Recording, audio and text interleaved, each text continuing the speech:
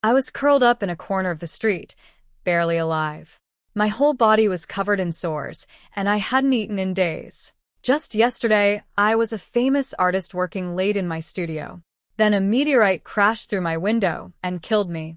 When I woke up, I was inside the body of a 5 or 6-year-old beggar kid in some strange world. This body had no parents, no one to care for it. The original owner had already starved to death, and I only survived last night because a kind old beggar shared half a stale bun with me. Then I heard people talking in the streets. Immortal cultivators had come to our little town to recruit disciples. Any child chosen would get to join their sect, and their family would receive 100 silver coins. That was more money than I could even imagine. I knew I had to try. Winter was coming, and without food or shelter, I would die for sure. So I dragged myself toward the old beggar across the street. He tried to shoo me away at first. He could barely feed himself. But I pointed at the long line of children waiting to be tested and made him a deal. If he carried me to the front of the line and I got picked, I would keep just 1 silver coin and give him the rest. He hesitated. He said beggars like us had no business dreaming about becoming immortals. But I told him we would both freeze to death this winter anyway. Why not take the chance? He sighed and agreed. He said he would do one last good deed before he died. The old man put me on his back and stumbled forward on shaky legs, but he held on tight and never let me fall. When we reached the front of the line, he set me down and let me lean on him. I asked to borrow his walking stick. I didn't want him to get in trouble if they chased me away. He handed it over without a word, and I walked the last few steps alone, trembling with every step. The crowd turned ugly right away. Rich kids called me a stinking beggar and told me to get lost. They laughed and said a beggar could never become an immortal. One boy even tried to kick me, but the female immortal stopped him with a wave of her hand. She scolded everyone and told them to shut up.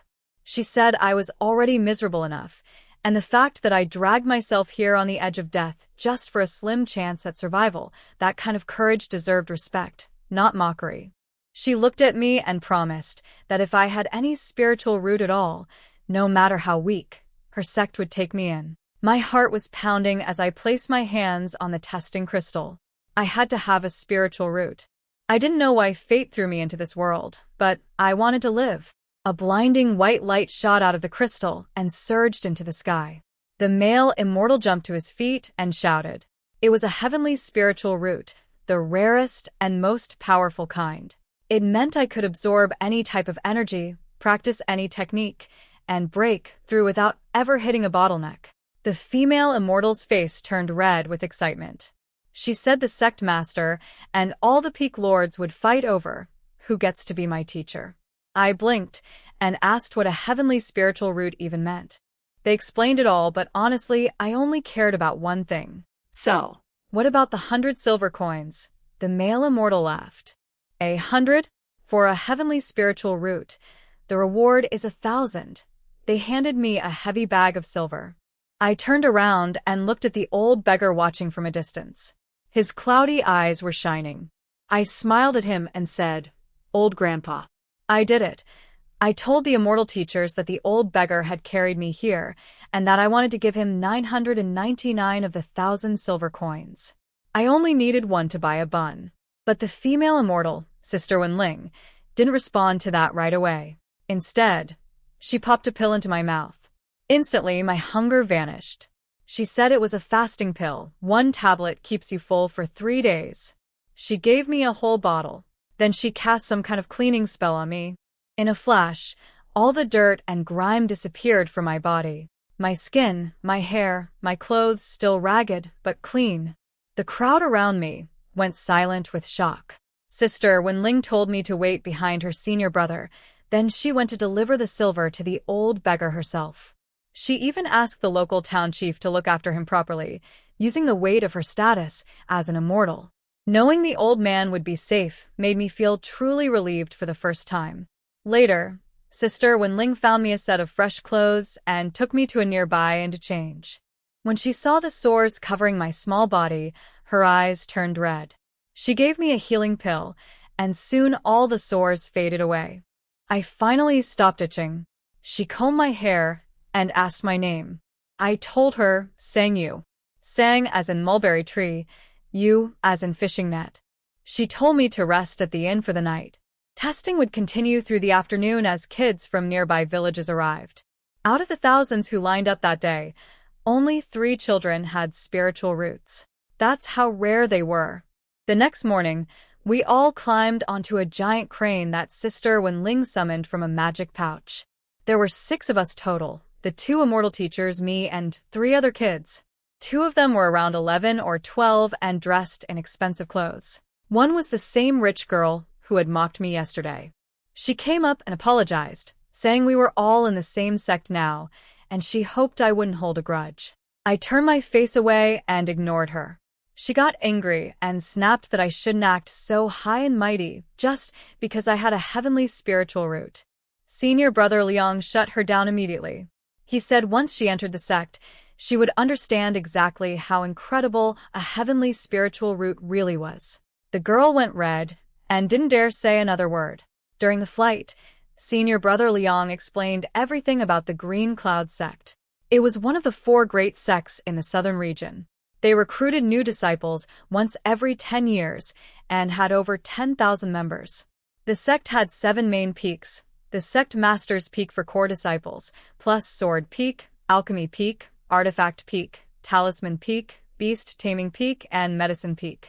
Each peak was led by a golden core master, and above them all was a nascent soul elder who rarely showed his face. While I was listening, Sister Wenling quietly slipped me another pill.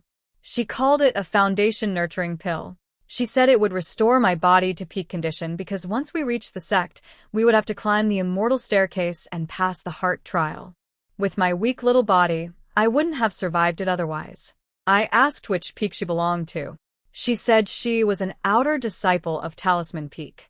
I told her I wanted to join Talisman Peak too. She smiled but shook her head.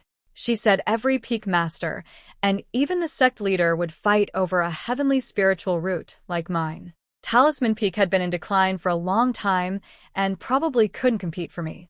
I didn't say anything, but I had already made up my mind.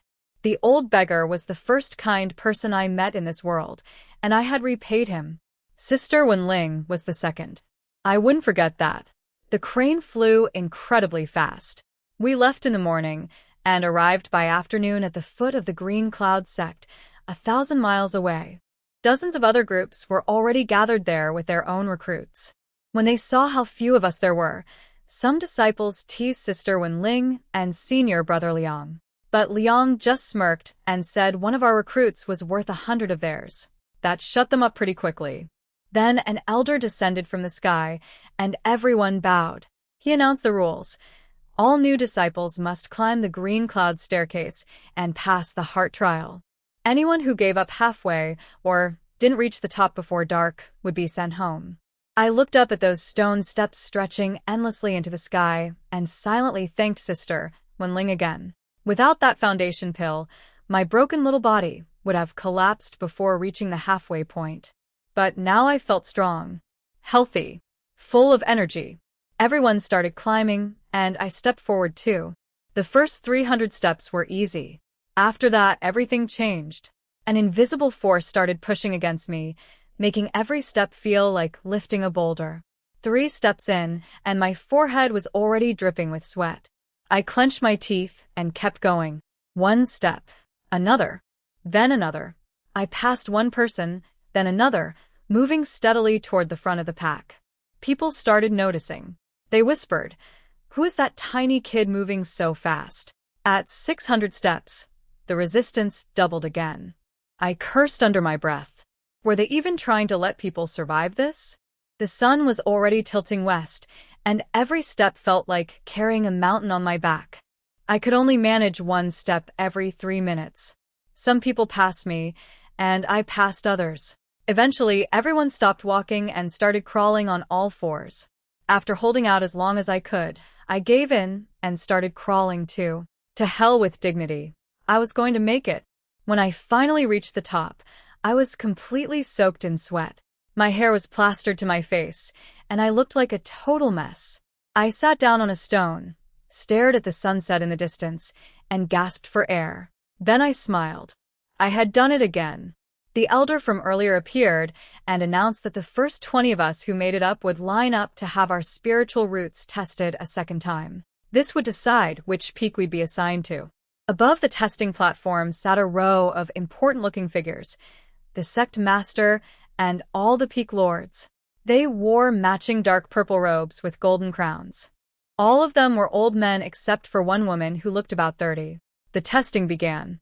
When someone with a good fire-type single root was found, the Sword Peak Lord immediately jumped in and claimed him as a personal disciple. The other Peak Lords grumbled that he was too fast and told him he couldn't pick again next round. He just laughed. A girl with 3 spiritual roots was taken by Alchemy Peak as an outer disciple. Lower quality roots were sent off to be servant disciples. Nobody wanted them. Then it was my turn. Sangyu, Supreme Heavenly Spiritual Root. The sect master himself leaped forward first. He said a talent like mine only appeared once in 100 years, and it meant great things for the sect's future. He asked if I would become his personal disciple. Then the other Peak Lords all started shouting over each other. Come to Sword Peak. We're the main fighting force. Alchemy Peak needs a genius like you.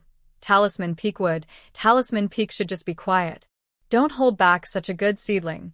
I watched as Peak Lord Mu Yao of Talisman Peak deflated and went silent. They told her that Talisman Peak's teachings had been lost long ago and the peak had been in decline for years. Putting a genius, there would be a waste. The new disciples watching from behind were stunned. They whispered about how amazing the heavenly spiritual root must be if even the sect master was fighting over it. Someone explained that a heavenly root could absorb any type of spiritual energy, had no limits on cultivation, no bottlenecks for breakthroughs, and was the most likely to one day ascend to the higher realms. Everyone stared at me, waiting for my answer. The sect master pressed me again. He said being his personal disciple meant the best treatment and the finest resources in the entire sect. I tilted my head and asked, if I go to a different peak, would you refuse to give me top resources? The Sword Peak Lord cut in immediately. Of course not. You're a once-in-a-century, heavenly root. You're the sect's future hope. No matter where you go, you'll get the best of everything. Exactly. So pick wherever you want, child. Really? Then I want to go to Talisman Peak. Dead silence. Every single Peak Lord and the sect master just stared at me. Only Peak Lord Mu Yao's eyes lit up. This child has vision. Talisman Peak may have fallen, but we will give you everything we have, the Alchemy Peak Lord scoffed. Your peak is a ruin. Your teachings are broken. What could you possibly offer her? I will teach her everything I know. And the lost teachings, I will find them and bring them back, no matter the cost, they kept arguing. Alchemy Peak bragged about being the richest. Talisman Peak shot back that sword cultivators were the poorest. The Sword Peak Lord protested that they at least all had fine swords. It went back and forth until Peak Lord Mu Yao demanded the sect master step in. The sect master cleared his throat and asked me one more time if I was sure. I said yes. He warned me that Talisman Peak was the weakest of the 7 peaks, long fallen from its former glory. Any other peak would give me a better future. I said I already knew that. He asked why I insisted. Because of Sister Wenling, nobody knew who that was. Peak Lord Mu Yao explained she was an outer disciple from Talisman Peak, one of the 2 sent out to recruit this time. The sect master frowned and asked if she had talked me into it. I shook my head. I told them the truth. I was a street beggar on the verge of death. Sister Wenling was the one who stopped the people trying to chase me away. She gave me a chance to be tested. She fed me a fasting pill so I wouldn't starve. She gave me clean clothes and warmth. She gave me a healing pill that cured the sores rotting my skin. She gave me a foundation pill that restored my body's strength. Without it, I could never have climbed those 1,000 steps. 1 life saved. 3 acts of kindness. All given freely, just because she felt sorry for me. I told them that for that kind of grace, I was willing to give up a better future. The whole crowd went quiet. Peak Lord Mu Yao's eyes turned red. She said that even though Talisman Peak had fallen, every disciple on her peak had a good heart. She announced that Wenling would be promoted to inner disciple immediately. The sect master nodded and awarded both Wenling and senior brother Liang contribution points and spirit stones as a reward for bringing back a heavenly root disciple. Just like that, it was settled. I belonged to Talisman Peak. As everyone moved on to the next round of testing, I heard the Sword Peak Lord mutter under his breath that it was like sticking a beautiful flower into cow dung, a total waste of talent. Peak Lord Mu Yao snapped back at him. "Say that louder if you dare." He just snorted and looked away. Master Mu Yao told me not to listen to what the others said. She promised she would do everything in her power to teach me, and even if the peak's lost teachings were gone, she would search the entire cultivation world to find them. I asked her why Talisman Peak had lost its teachings in the first place. She sighed and explained that her own master had disappeared inside a secret realm years ago. All the complete high-level talisman techniques above rank 4 had been with him. I told her not to lose hope. If something existed in this world, it could be found again. She patted my head and said I talked like a little adult, way more mature than a normal child my age. That made me flinch inside. I had to be more careful. I was a grown woman's soul trapped in a kid's body. She said she wouldn't let me suffer anymore. Then she waited to see if any other new disciples would choose Talisman Peak. To everyone's surprise, a boy with a double spiritual root raised his hand. His name was Jin Yuanbao, and his family were merchants. He said Talisman Peak had an ultra-rare, heavenly root now, so it was bound to rise. Joining now was like buying stock early, smart investment. The Sword Peak Lord rolled his eyes at that.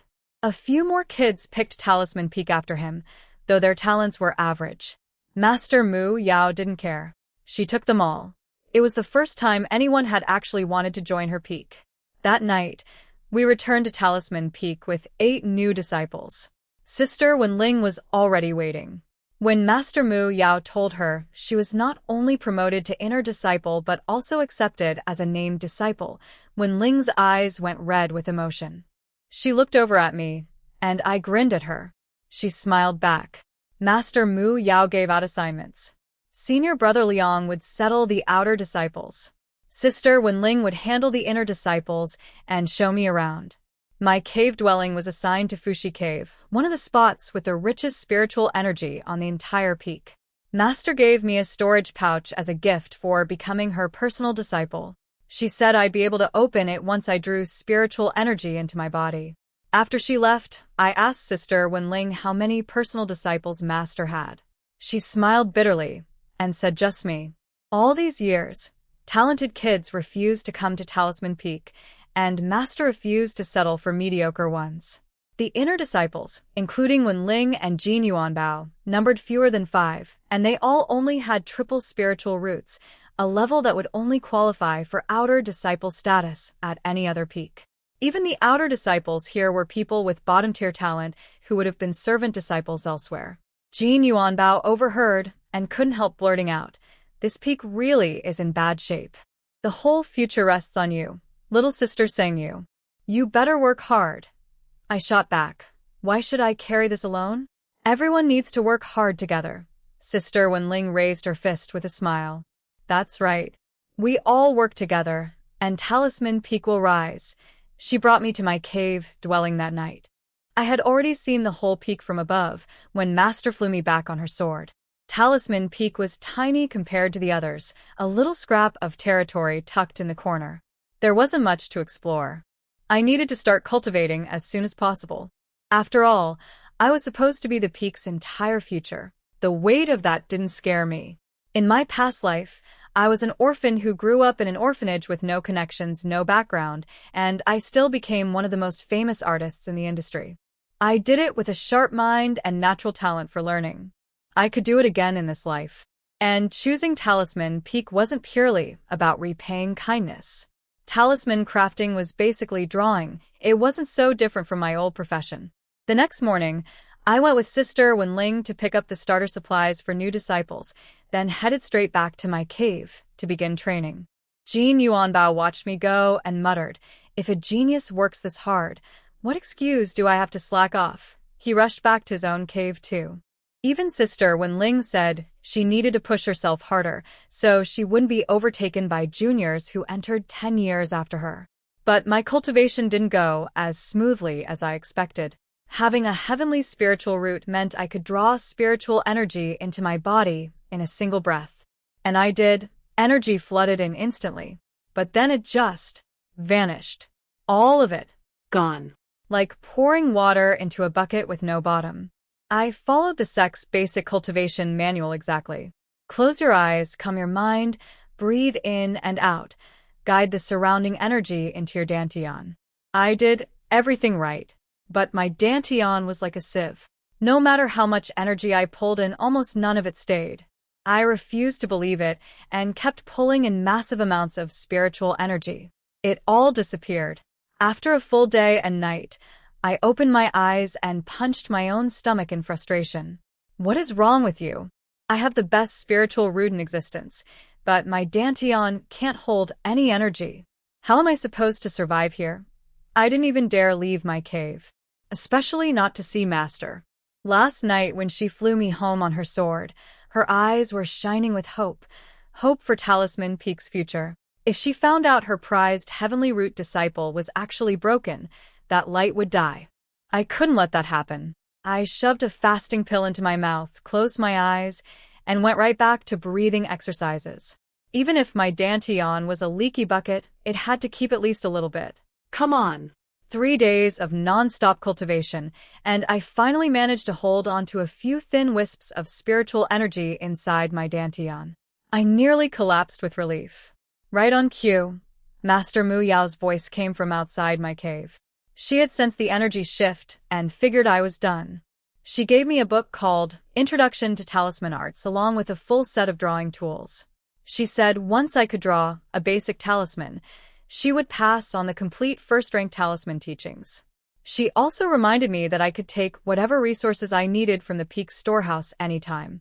And the storage pouch she gave me was packed with supplies, drawing tools from beginner to advanced grade, pills for cultivation, weapons I couldn't even use yet, several high-level defensive talismans, and over 1,000 spirit stones. After she left, the fear hit me again.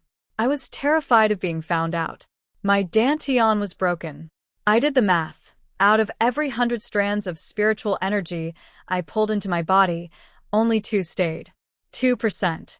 The worst 5-element mixed root in the entire sect probably cultivated faster than me. My only advantage was that as a heavenly root, I could absorb any type of energy without restriction, pulling in several times more than a normal person. So there was only one path forward: cultivate until I dropped, rest, and cultivate again. Master expected me to show up at the main hall within half a month. A month passed, and I still hadn't come out. She probably thought I was too young to hold a brush properly. She had no idea the real reason. I was stuck at the first level of qi refining while everyone else was racing ahead. A few days earlier, Jin Yuanbao had walked past my cave and shouted that he had just broken through to qi refining level 2. He guessed I must already be at level 3 or 4, since my root was so much better than his. He mentioned that Lin Feng from Sword Peak, who had a single spiritual root, was already at level 3. I didn't dare make a sound. Meanwhile, the 3 basic talismans from the beginner book, the Speed Talisman, Fireball Talisman, and Rain Talisman, I had learned to draw all of them ages ago. Whenever I got frustrated with cultivation, I would take a break and draw a few. After wasting a handful of talisman papers at the start, I never failed again. Then I got an idea. Among the defensive talismans Master had put in my storage pouch, there were some I didn't even recognize. High-level ones meant to protect me in emergencies. I started trying to copy them. At first, I didn't have nearly enough spiritual energy to finish one. But I placed spirit stones around me, absorbing energy while drawing at the same time, and I almost completed one on my first real attempt. I kept going, burning through talisman paper, without caring about the waste. A few days later, I succeeded. Then I started on a different, unknown talisman. And I got that one too. After about 6 weeks total, I finally walked out of my cave and headed for the main hall. On the way, I ran into Jin Yuanbao. He instantly checked my cultivation level and his jaw dropped. "Little sister, you haven't left your cave in almost 2 months. How are you only at qi refining level 1? That's impossible," I rolled my eyes. You don't know anything. Move, I need to see Master. You're only level 1, and you have the nerve to face her. I wasn't sleeping in there for 6 weeks. Why wouldn't I have the nerve? Then what were you doing? I pulled a thick stack of talismans out of my storage pouch. Studying talismans, his eyes nearly popped out. He couldn't believe a beginner had drawn that many when his own success rate was barely 30% for basic ones. He followed me to the main hall. When Master Mu Yao saw me, her reaction was the same as his. 3 rapid-fire questions. Why was I only level 1 after 2 months, with a heavenly root? Was something wrong with my cultivation? Why didn't I come to her sooner? The pressure was crushing. I had already decided on my plan: grab enough cultivation resources to last 3 years, then seal myself inside my cave. The longer I could hide the truth, the better. I told her not to panic. I said I hadn't been focused on cultivation because after reading the Talisman book, I became obsessed with drawing. Then I held up the thick stack of talismans with both hands. She took them and started looking through the pile. At first she was frowning, lecturing me about not wasting my rare talent. Then she froze. This is a 2nd-rank protective talisman. I never taught you this. You just started. How did you draw it? Jin Yuanbao lost it. 2nd rank? She hasn't even formally learned 1st rank. I lifted my chin proudly. The storage pouch you gave me had some talismans inside. I looked at them and copied them. That's how I learned. And that stack of beginner talismans? I finished those 6 weeks ago. Master's hands were shaking. She said she finally understood why my cultivation was so slow. I had spent all my time on talisman research. She called me a talisman prodigy for being able to draw beyond my level without any instruction. She got so excited she decided to give me not just the 1st and 2nd rank complete talisman teachings, but the 3rd rank too. But she made me promise. I had to keep up with my cultivation alongside the talisman practice. She said I should know by now that higher-level talismans cost more spiritual power to draw. Without enough cultivation, I would never advance in the talisman arts. I bowed and promised to remember her instructions. Inside, I was just relieved. My cover story had worked, for now. What's your success rate for beginner talismans? Master asked. 100%, I said. Jin Yuanbao nearly choked. 100? That's inhuman. Master told him not to talk about me like that, then asked about my 2nd-rank talismans. About 30% so far. The main problem is they drain too much spiritual power, and my cultivation can't keep up. Master smiled warmly. She said Sister Wenling had been in the sect for 10 years with a 4-element root and level 5 qi refining cultivation, and her success rate for top-quality 1st-rank talismans was still only 30%. She called me a blessing for Talisman Peak. Not just great talent, but incredible intuition for the craft. I wanted to cry. The pressure was already crushing me, and then she piled on more. She told me the sect's internal competition happened every 5 years, and the next one was in 4 years. She wanted me to bring glory to Talisman Peak by earning a top ranking. She gave me and Jin Yuanbao each a storage pouch stuffed with 4 years' worth of cultivation resources and personally chosen techniques. Her one command: don't let talisman practice slow down my cultivation. The moment we left, Master flew straight to the sect master's hall to show off my 2nd-rank talismans. She bragged that I had drawn them at only qi refining level 1, something she herself couldn't do until level 6. The sect master was impressed, but warned her not to waste such a rare talent. Master declared that Talisman Peak would place in the top 3 at the next competition. Within a day, every single peak in the sect had heard about me. The story spread that I could fight above my level using talismans. A single 2nd-rank defensive talisman could block a full strike from a late-stage qi refining cultivator, and a 2nd-rank attack talisman could kill someone at level 3 outright. People realized that even though I was only level 1, I could potentially beat mid-stage cultivators with enough talismans. Lin Feng from Sword Peak heard the talk and quietly walked away. He had been feeling confident about outpacing a heavenly root in cultivation speed, but now he knew raw speed wasn't enough. Several other disciples slipped away too, rushing back to their caves to train harder. Meanwhile, I knew nothing about any of this. I was locked inside my cave, grinding away at my broken dantian day after day. For years past. For years of not stepping outside once. I finally broke through to Chi Refining Level 3, late stage. Level 3. In 4 years. With the best spiritual root in existence. I still didn't dare go outside. The internal competition was less than a year away, and I was panicking. I thought about stabbing myself and faking an injury to skip it, but knowing Master, she would just shove a miracle healing pill down my throat. As the deadline crept closer, my anxiety got worse. The only thing that calmed me down was drawing talismans. At level 3, I could produce top-quality second-rank talismans with a perfect success rate. I had stockpiled hundreds of first-rank talismans and dozens of second-rank ones. Third-rank talismans consumed too much spiritual power for me to even attempt yet. In talisman arts, I was a genius among geniuses. In cultivation, I was a joke. I spent every waking moment cultivating, drawing, and practicing swordplay inside my cave. I pushed and pushed, trying to claw my way to level 4 before the competition. My leaky dantian fought me every step of the way. Come on, you useless bucket. I'll beat you if it kills me. Half a year later, Master's voice suddenly echoed into my cave. Sangyu, come to the main hall. The sect master wants to see you. Less than 3 months until the competition. Of course he wanted to check my progress. But I had only just polished level 3 to perfection. I hadn't even broken through to 4. The greatest talent in the sect, and this was all I had to show for it. How was I supposed to face anyone? I almost broke down crying. Maybe it was time to just come clean.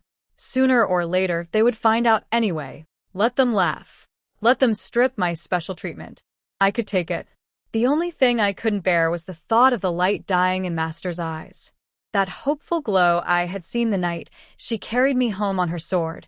It had replayed in my head 1,000 times over these 4 years. It was the only reason I had kept this secret so long, shouldering all that pressure alone.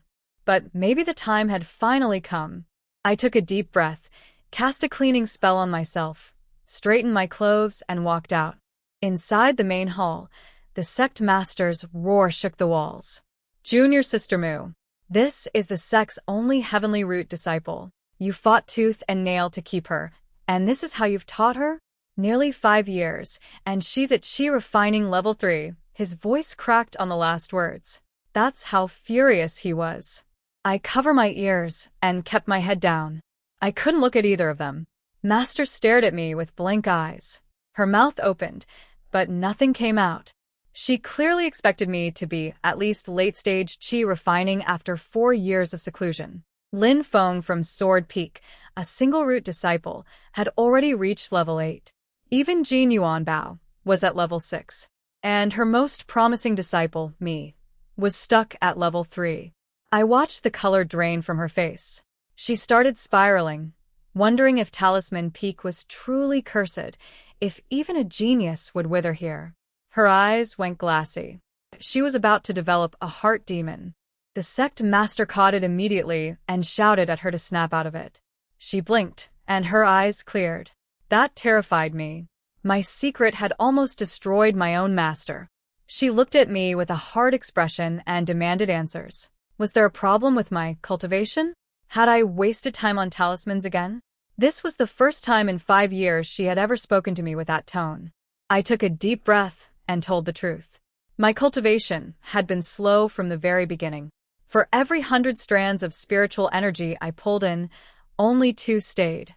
I had been afraid to say anything because I thought she would abandon me. The sect master was shocked. A heavenly root was supposed to absorb energy passively, even while eating and sleeping. This made no sense. Master grabbed my wrist and sent her own spiritual power into my body to examine me. My meridians were completely clear, no blockages at all. But when her energy tried to enter my dantian, something strange pushed it back. Yet my dantian clearly held energy, 3 levels worth.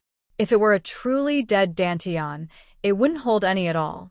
The problem didn't fit any known pattern. The sect master said he would search the sect's library immediately. He couldn't let a once-in-a-century talent go to waste. If word got out that the Green Cloud sect had ruined a heavenly root disciple, they would become the laughingstock of the entire southern cultivation region. After he stormed out, Master squeezed my hand. Her voice turned gentle. She told me the anger just now was an act. She had to look strict in front of the sect master, or he would have come down on her even harder. My nose stung. I told her I knew she was looking out for me. She sighed and said I should have told her years ago. She blamed herself for not checking on me more often. I said it wasn't her fault. I just had too much pride. I didn't want anyone to look down on me. She shook her head and told me to always come to her with problems from now on. Hiding them only made things worse. Then she pressed a pill into my hand, a top-grade spirit ascension pill, the kind normally saved for breaking through late-stage bottlenecks. She was giving it to me at level 3 just so I could reach level 4 a little faster. She also told me the internal competition was in 3 months, and if I didn't want to participate, she would never force me. I could feel how carefully she was protecting me from pressure. My eyes burned. I thanked her and said I needed time to think about the competition. I would give her my answer later. Meanwhile, the sect master went to the scripture pavilion to research my condition. The elder guarding it was stunned when he heard the situation. A supreme-grade heavenly root, nearly 5 years of cultivation, and only level 3? Even the newest batch of 5-element mixed roots on Servant Peak had surpassed that. Within a single day, the news spread across the entire sect. Last time, the story of me drawing talismans beyond my level had inspired awe and fear. This time, the reaction was completely different. Some people tried to rationalize it. Maybe I had spent all my time on talismans again. But even that excuse fell apart. A heavenly root absorbed energy passively. Even if I never deliberately cultivated a single day, I shouldn't be this weak. Nobody defended me this time. Most people were just waiting for the internal competition to watch me embarrass myself. Servant disciples at level 4 were already wondering if they could beat the great genius. Outer disciples were itching to challenge me. Inner disciples felt awkward. Fighting someone at level 3 when they were late stage felt like bullying, but the temptation to defeat the sect's only heavenly root was too strong. And then there was Wang Shitting, the rich girl from my hometown, who had mocked me during the spiritual root testing. She was a 3-root disciple on Alchemy Peak, already at level 6. She still held a grudge from the day I ignored her fake apology. She was planning to challenge me at the competition and settle the score. As for the personal disciples from the other peaks, the ones who had been training desperately for years, pushing themselves to keep up with the legendary heavenly root genius, they all had the same reaction. Level 3? Seriously? That's it? Back in my cave, I swallowed the top-grade spirit ascension pill Master gave me and threw myself into cultivation again. 3 days later, I broke through to Chi refining level 4. At level 4, something new happened. I developed spiritual sense. For the first time, I could look inside my own body. I immediately sent my awareness into my dantian. And there, floating in the middle of it, was a rock. A rock. I stared at it in disbelief. Was this the same meteorite that killed me in my past life? That damn thing. The very object that murdered me was now living inside my body, and it had been stealing nearly 5 years' worth of my spiritual energy. No wonder my dantian was like a leaky bucket. This piece of garbage was the cause all along. Get out here, you worthless rock.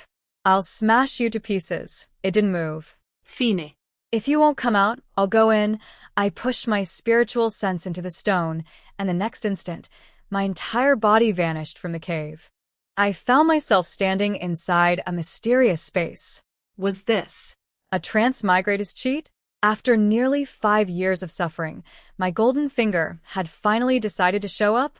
But what kind of cheat was this? The place looked like a ruined world. The ground was cracked and dead. The sky was gray. Everything was silent. In the center of the barren land sat a massive stone bed covered with a tiger skin. Lying on it was a giant humanoid corpse. Wild curly hair, bronze skin, a perfectly sculpted face with sharp features. On his forehead were 7 red horizontal marks. His body was wrapped in animal hide covering only the essential parts. He looked like some kind of ancient primitive giant. I nearly jumped out of my skin. But I could tell this place had 0 life energy. This giant was absolutely dead. So, why had a dead body been devouring my spiritual energy for years? I crept closer and noticed a faint glow on his body, his little finger. A strange symbol was flickering there, pulsing weakly, like it could go out any second. My gut told me this symbol was something extraordinary. I pulled out a few spirit stones from my storage pouch and placed them next to the symbol. The stones were drained instantly. So it really was this thing sucking up all my energy. But the glowing area expanded slightly, and the symbol became more complex and detailed. I gritted my teeth and dumped every single spirit stone I had. They were all absorbed in seconds. The glow spread and formed a complete symbol, an ancient, mysterious character radiating a powerful and forbidden aura. My instincts screamed that this thing was dangerous, but my curiosity won. I memorized the symbol's exact shape, then pulled myself out of the space. I grabbed my drawing tools and started trying to recreate it on talisman paper. First stroke on a first-rank paper, it burst into flames. I switched to second-rank tools, got to the third stroke before the paper caught fire. My heart was pounding. I had never even attempted third-rank talismans before, but I had to try. With third-rank tools, I made it all the way to the second-to-last stroke before the paper burned up. 10 more attempts, all failures. My spiritual power was completely drained, but I wasn't discouraged. The harder it was to draw, the more powerful it had to be. I popped a spirit-gathering pill and kept going. A full month of relentless attempts later, I finally completed one. When the last stroke landed, a terrifying pulse of mysterious energy was born on the paper. I had no idea what kind of power this was or how it worked. I just knew deep in my bones that it was incredibly dangerous. I waited until deep night, then stepped outside. I set up the sound barrier Formation Master had given me around the thickest tree near my cave, activated the talisman with my spiritual energy, slapped it onto the trunk, and ran. The entire tree exploded into dust. Trunk, branches, leaves, all of it turned to powder in an instant. I stood there with my mouth hanging open. If I hadn't backed away fast enough, I would have been shredded. Thank God for the sound barrier, or the whole peak would have come running. I quickly burned the debris with a few low-level fireball talismans, let the wind carry away the ashes, and hurried back inside. I needed more of these, but the power was almost too much. If I used the full version in a sect competition and accidentally turned my opponent into a red mist across the arena, people would think I practiced some kind of evil art. So I tried something different. Instead of the complete symbol, I went back to the original partial glyph, the first small piece that had been glowing before I fed it all those spirit stones. Drawing just the partial symbol was far easier, though it still took me over a dozen first-rank papers before I got one right. Then I made a second-rank version, burning through dozens more papers. Then third-rank. That night, I snuck out again to test them. The first-rank version blew a fist-sized hole in a thick tree trunk, still terrifying for a first-rank talisman. The second-rank version snapped the damaged trunk clean in half. The third-rank version blasted what was left into splinters. The destructive power was absolutely insane. And this was just a fragment of the full symbol. I was thrilled. Nearly 5 years of stolen spiritual energy. Fine. I accepted it. That giant corpse in the space needed feeding? I would feed it gladly. Slow cultivation speed? I could live with it. This was worth everything. I named the full symbol the Supreme Blast Talisman. The fragments I ranked by grade, first, second, and third-rank blast talismans. Since the symbol was born from my own spiritual energy and spirit stones feeding that mysterious corpse, I could just call it my own original creation. There was no other way to explain it anyway. That settled it. The next morning, I did something I almost never do. I left my cave and went to the main peak's scripture pavilion. I had accumulated 3,500 contribution points over the years. The sect master had given me 1,000 just for joining with my heavenly root, and I received 500 more every year after that. I had never spent a single point. This time, I only used about 100 to copy some books, records of cultivation history, ancient legends, old myths about gods. Some were factual accounts, some were just stories and folklore. The elder guarding the pavilion gave me the strangest look. I couldn't quite read it. Nearby disciples started whispering. The sect genius has given up. She's not even looking at cultivation techniques, just browsing storybooks. What a waste of a heavenly root. If I had her talent, I'd already be unstoppable, so the news about my cultivation problems had spread to the entire sect. Somebody had a big mouth, and it definitely was a master. That left the sect master, the leader of an immortal sect, and he gossiped like an old woman at a market. I pretended not to hear any of it and hurried out of the pavilion. But the moment I stepped through the door, a hand shot out and blocked my path. Well, isn't this the genius from Talisman Peak? Running away so fast because you're embarrassed to be seen. It was a girl around 17 or 18, fairly pretty, wearing outer disciple robes. I had absolutely no idea who she was. "Who are you?" I asked. She looked offended. "You don't recognize me? There are over 10,000 disciples in this sect. Is there something special about you that should make you memorable?" The crane ride to the sect. From Linshui town. Ring any bells? I looked at her more carefully. Oh. The rich girl who had mocked me at the spiritual root testing, then gave me that fake apology on the crane. Wang Shitting sneered and brought up how I had ignored her apology years ago and embarrassed her in front of the senior disciples. I looked at her calmly.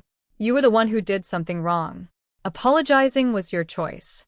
Whether I forgive you is mine. Did you really think that just because you lowered yourself to say sorry, I was required to accept it? You're not even a genius anymore. You're a cripple who can't cultivate. How dare you act so arrogant? From start to finish, you're the one who stopped me to pick a fight. How exactly am I the arrogant one?" She threatened to attack me. I reminded her that private fighting between disciples was forbidden and the punishment was being sent to the mines. She switched tactics and said she would issue a formal challenge. I told her I was busy preparing for the internal competition and didn't have time for her nonsense. She could challenge me after the tournament if she still had the nerve. Her jaw dropped. "You're broken and you still dare enter the competition." The crowd around us erupted immediately. "Did you all hear that?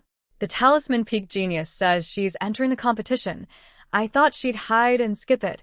Quick, someone run to the registration office and sign her up before she changes her mind." She said it in front of witnesses.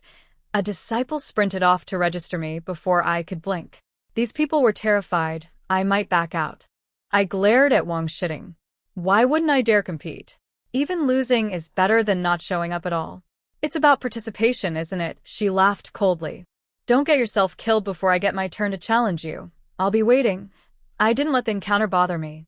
Back in my cave, I opened the books I had copied and started reading. After going through everything, I was almost certain about what was inside my space. That giant corpse was an ancient god. According to the legends, ancient gods were born from heaven and earth itself.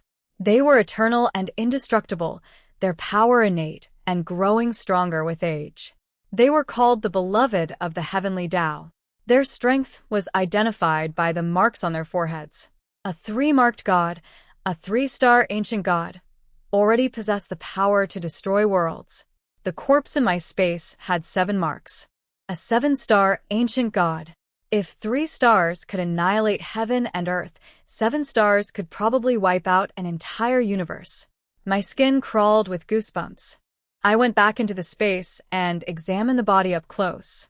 I tried cutting it with a blade, stabbing it with a sword, burning it with fire. Nothing left, even a scratch. Truly worthy of an immortal, indestructible divine body. I started thinking. 5 years of my spiritual energy plus over 1,000 spirit stones had only produced 1 symbol on a little finger. If I kept feeding it, would a second symbol appear? The books said ancient gods drew their power from forbidden forces granted by the will of heaven and earth, unique energy that only they possessed. This first symbol was just from the pinky finger. What about the arms? The chest? The back? Would the power get even greater depending on the body part? Would symbols from vital areas grant incredible defensive abilities? It was just my theory, but it made sense. I would need to unlock a second symbol to confirm it. I pulled out of the space and went back to drawing. I started mass-producing blast talismans, my name for the symbol I had discovered. 1st rank, 2nd rank, 3rd rank. I planned to stockpile as many as possible before the competition, using different grades against different opponents. I also drew defensive talismans, golden shield talismans and others, to protect myself during fights. When I ran out of talisman paper, I went to the Peak storehouse to get more. Nobody could refuse me supplies as long as Master hadn't revoked my status as a personal disciple. I didn't care if people saw me anymore. The whole sect already knew about my problems. But when I asked for 2,000 spirit stones, the elder guarding the storehouse refused. He said my cultivation level didn't justify the resources I had already consumed, and he needed to check with the Peak Master first. I told him fine, I would go talk to Master myself. As I walked away, I heard him spit behind my back. Cultivation worse than a 5-element mixed root, and she still calls herself a genius? Still gets treated as a personal disciple? Pathetic. I have no idea what the Peak Master is thinking. I heard the storehouse elder spit behind me as I walked away. My mood soured, but I kept heading toward the main hall. On the way, I ran into UNBEATABLE. He had grown taller over the years, though he had also gotten a bit chubby. He looked at me with complicated eyes and asked if I was secretly hiding my real cultivation level, maybe planning some dramatic reveal. I told him no. He refused to believe it. A heavenly root cultivating for 5 years can't possibly be at level 3. You must be hiding your strength. It's level 4 now, thanks. Level 4 is still impossible. You're definitely faking it. I told him to believe whatever he wanted and pushed past him. But then he said something that stung. He asked if his bold decision to join Talisman Peak years ago was going to become a joke. I turned back and looked at him. Do you regret it? He admitted he couldn't even leave the peak anymore without being laughed at. People mocked him constantly, saying his stock investment had crashed, asking if he wanted to transfer to another peak. My eyes narrowed dangerously. If you ever betray Talisman Peak and switch to another, I'll make you regret it twice as much. I would never. I'm a named disciple of this peak. You better not. I walked away knowing I had to make a splash at this competition. My fellow disciples were being humiliated because of me. That had to stop. Inside the main hall, Master was sitting in the middle of a huge pile of jade scrolls, searching through them without even looking up. She was still trying to figure out what was wrong with me. The guilt twisted in my stomach. I already knew the answer. The ancient god's corpse was eating my energy, but I couldn't tell her. Master, your disciple is here. She didn't lift her head. What is it? Master, it's me. Sangyu. She finally looked up and noticed I had broken through to level 4. She asked immediately if my cultivation speed had returned to normal. I felt terrible, but I stuck with my cover story. I told her the truth was, I had gotten lost in talisman research again, just like last time. For years had gone by in a blur, while I was deep in study. She exploded. She jumped up from the scrolls and glared at me. Are you serious? I told you to focus on cultivation. I said I couldn't help it. Once I started studying talismans, I entered some kind of trance and lost all sense of time. And last time, when you let me and the sect master panic, I was scared you'd scold me. She charged at me and smacked me hard on the backside. You rotten child. You really think I wouldn't dare discipline you? It hurt. I was mentally over 30 years old across 2 lifetimes, and I just got spanked. My face turned bright red as I stumbled backward, clutching my rear. Master, please. I know I was wrong. She ranted that there was no way someone my age could enter a state of enlightened trance that lasted for years. Even the sect's nascent soul elder could only manage a few months. Golden Core Masters had never experienced that state at all. I told her I really hadn't wasted the time. Last time I couldn't show her any results, but this time I could deliver. Someone from another peak had already signed me up for the competition, and I wanted to give her a surprise. I asked her to trust me. After the tournament, no one would ever look down on Talisman Peak again. She looked at me with doubt. You can really do that? I lifted my chin. I'll stake everything on it. If I fail, you can demote me from the peak in front of the entire sect. Her expression softened. She rubbed my head. I could never do that. Even if your cultivation really was broken, you chose Talisman Peak without hesitation when you didn't know anything. I would never expel you for that. Then demote me to outer disciple. Then I wouldn't be your master anymore. Could you bear that? Of course not. So please just trust me. I can do this. All right. I trust you. But if it doesn't work out, that's fine too. Don't put so much pressure on yourself. You're still young. There's always the next competition in 5 years. She still didn't fully believe me. That was fine. When the day came, she would have no choice. Then I remembered why I had actually come. Master, one more thing. I need spirit stones. The storehouse elder said the amount was too large and needed your approval. How many do you need? I held up one hand, all 5 fingers spread. 500? That stingy old man wouldn't give you 500. 5,000. What? 5,000? What could you possibly need 5,000 spirit stones for? You're 11 years old.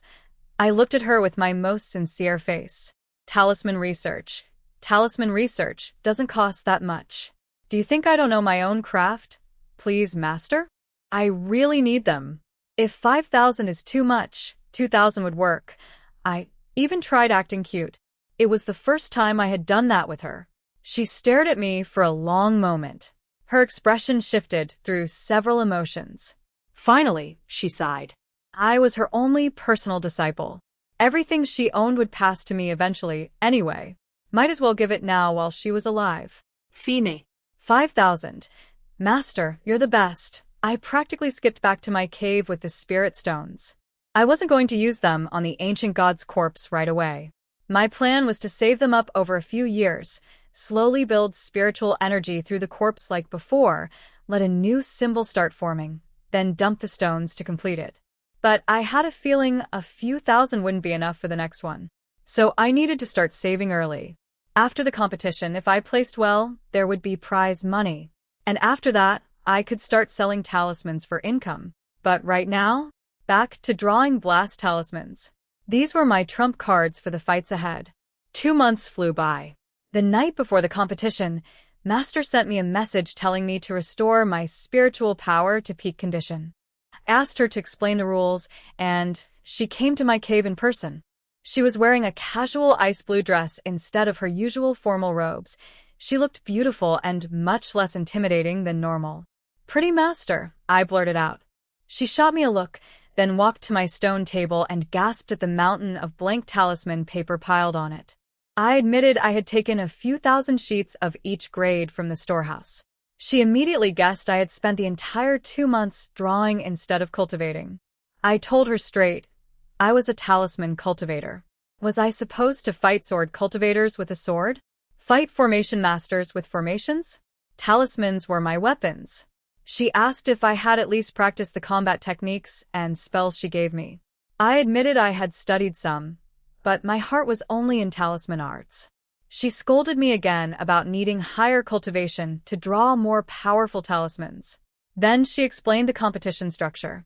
The Servant Disciples tournament had started a month ago, and the Outer Disciples round 2 weeks ago.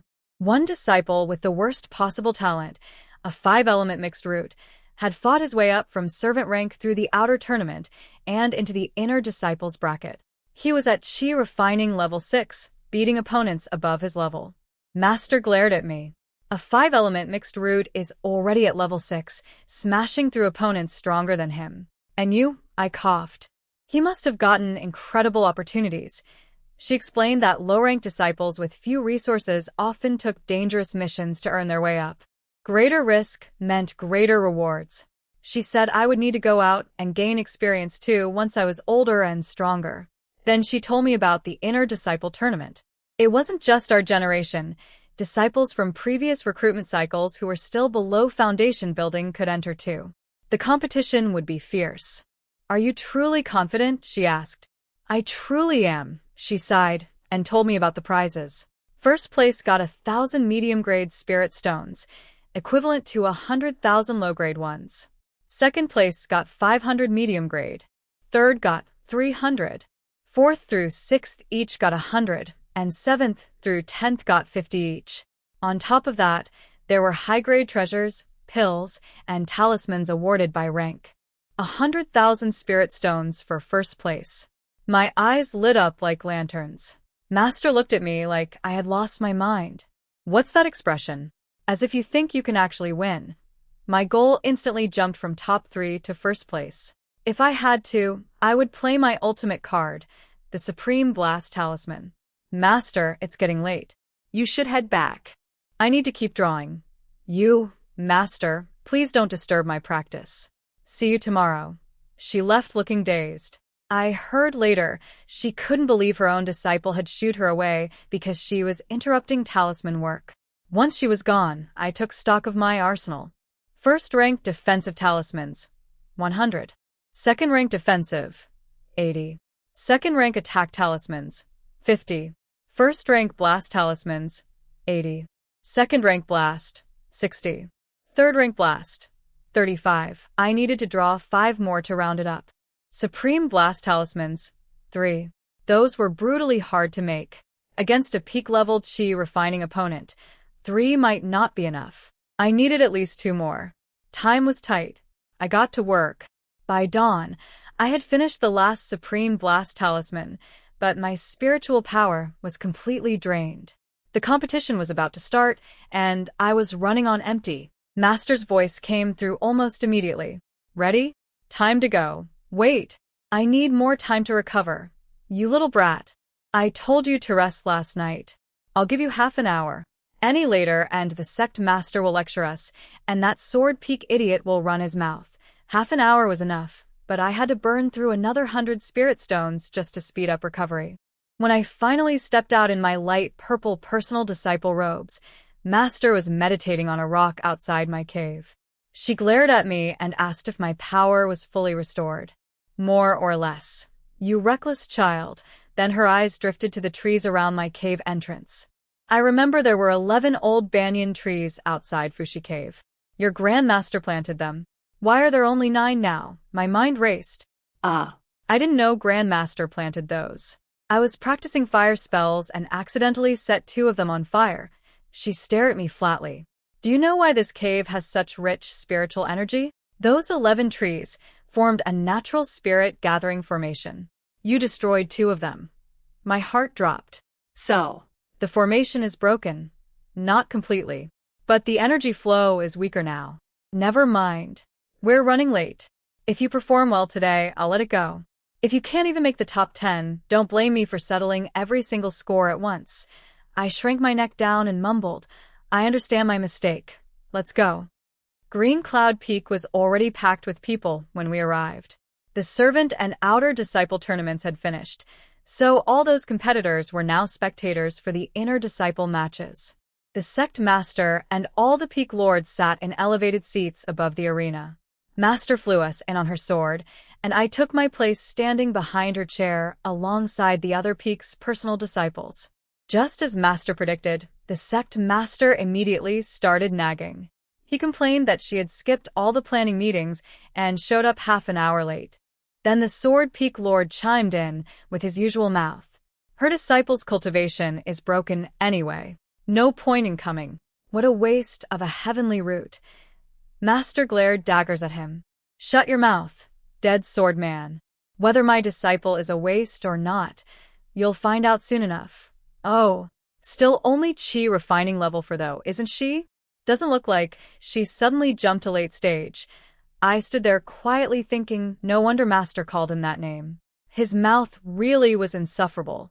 The sect master cleared his throat and explained the format. The first 3 rounds of the bracket were already underway. Personal disciples from each peak would skip those rounds and enter directly in the 4th round. I would be fighting soon. He asked if I was ready. I bowed and said I was fully prepared. Then he brought up what Master had told him, that my slow cultivation wasn't actually a defect, just me getting obsessed with talisman arts again. Every single peak lord exploded. Nonsense. What's so great about talisman arts? The entire talisman tradition doesn't even go past rank 3 or 4. What future is there in that? I should have dragged her to Sword Peak back then. She'd be better off at my formation peak. Your formation peak wastes even more time. A single complex formation takes years to study. My beast taming peak wouldn't hold her back. Beast taming relies entirely on external power. Even worse than artifact peak.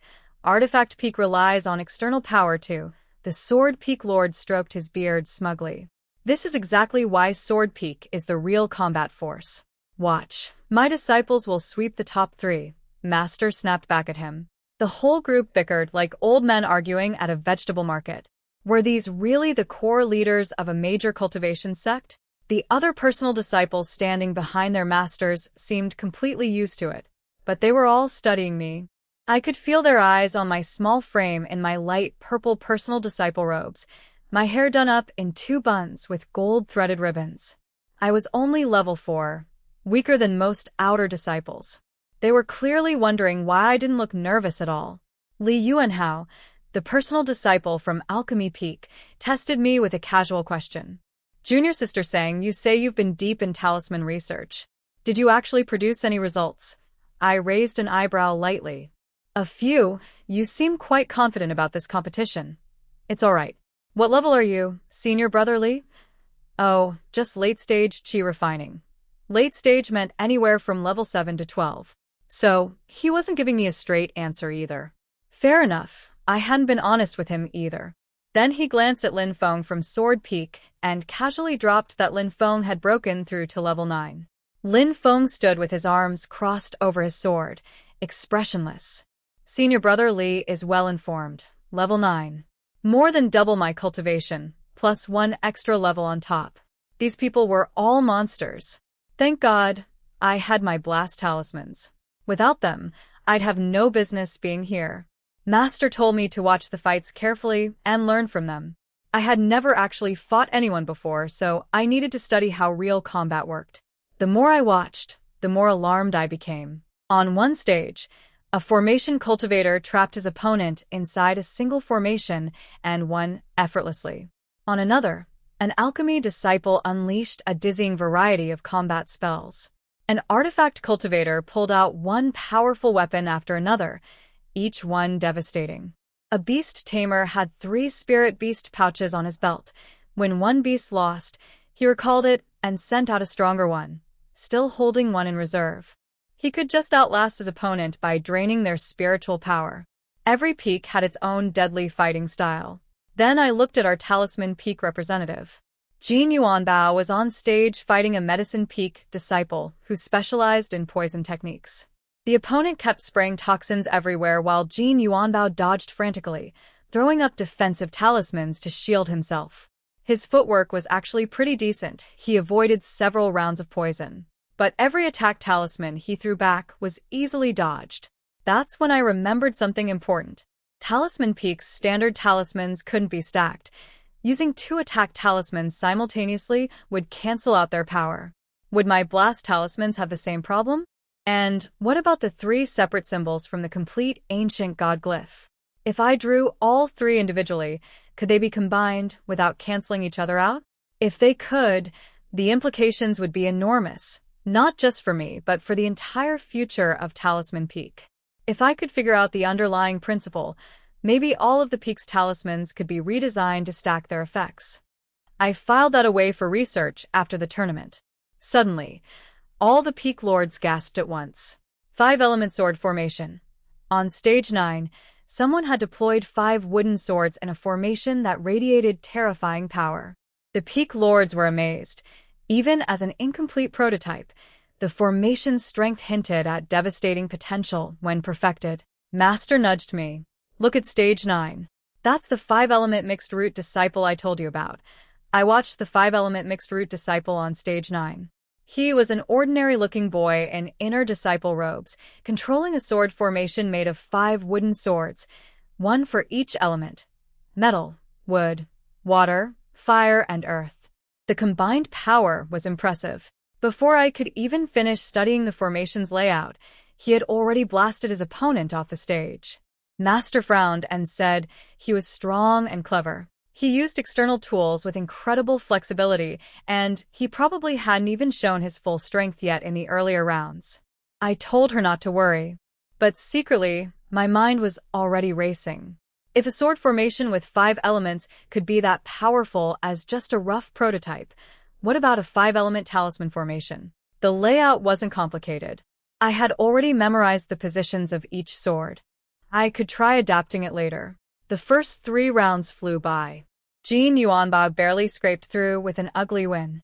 Sister Wenling and 2 other senior inner disciples from our peak also advanced. Only one of our people was eliminated. But Master's mood was still dark. In 50 years, 10 consecutive tournaments, no Talisman Peak disciple below foundation building had ever made it past the 3rd round. And since we never had a personal disciple before, Talisman Peak always left early with nothing to show. This year was different only because I could skip the first 3 rounds as a personal disciple and jump straight into the 4th. When the 3rd round ended, the field was narrowed to 100 core disciples. Now, the personal disciples had to join the fight. 3 more rounds would cut us down to the final top 10, and after that came the championship matches, one-on-one duels in front of the entire sect. Time to draw lots, Master said. I jumped down from the high platform with the other personal disciples and walked toward the lottery box. Personal disciples had priority. Whoever we drew would be our opponent. The inner disciples below started panicking. Don't pick me. I don't want to face a personal disciple this early. They're all monsters. Ancestors of Green Cloud Sect, please let Talisman Peaks sing you draw my name. Please. Smart man. Level 4 personal disciple. That's a free pass. Ancestors bless me too. My eye twitched. They were treating me like a free ticket to the next round. Just wait. I was going to crush every single one of them. Li Yuanhao from Alchemy Peak chuckled. Junior Sister Sang has been officially labeled the freebie personal disciple. I puffed my cheeks. They're all blind. Lin Feng said nothing. He drew first, a formation cultivator named Lu Zhou.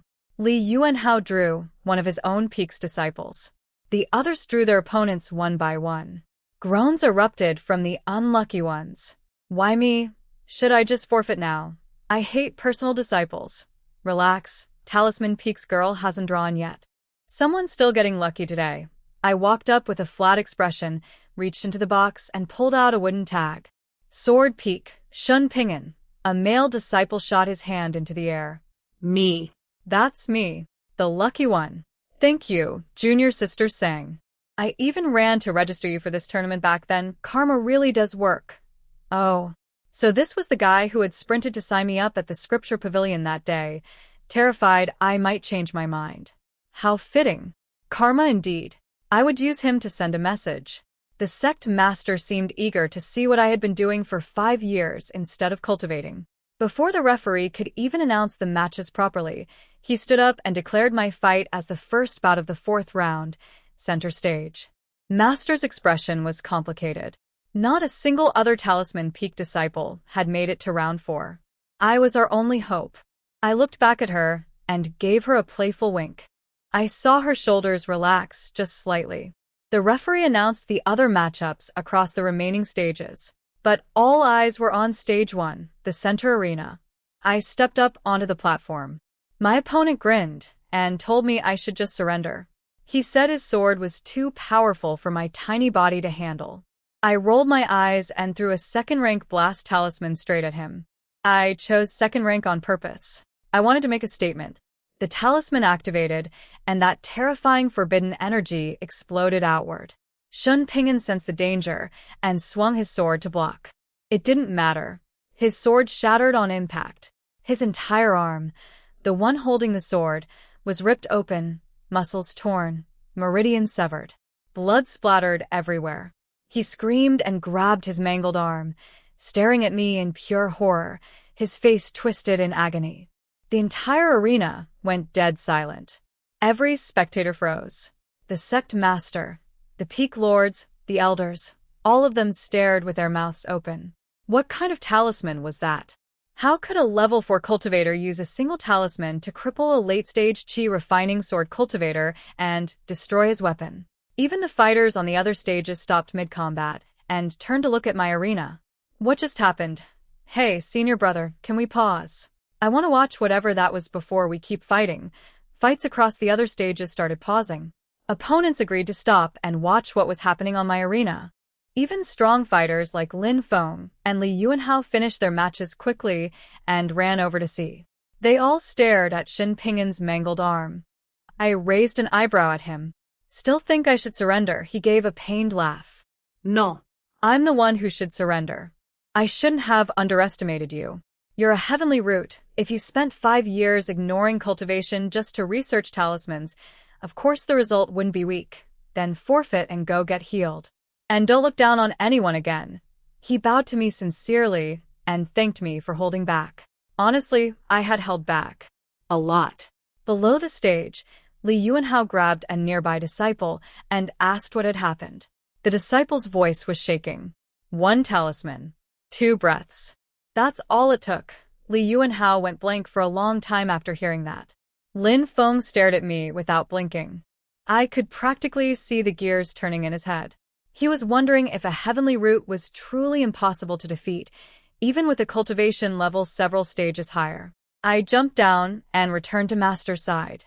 She grabbed my wrist so hard it almost snapped, her voice trembling. Was that a talisman you created yourself? The sect Master cut in immediately. Impossible. She's a child. She hasn't even learned your full talisman traditions, and she's already inventing new ones. But Master shot back that she knew every single talisman in the Talisman Peak catalog, and what I just used wasn't any of them.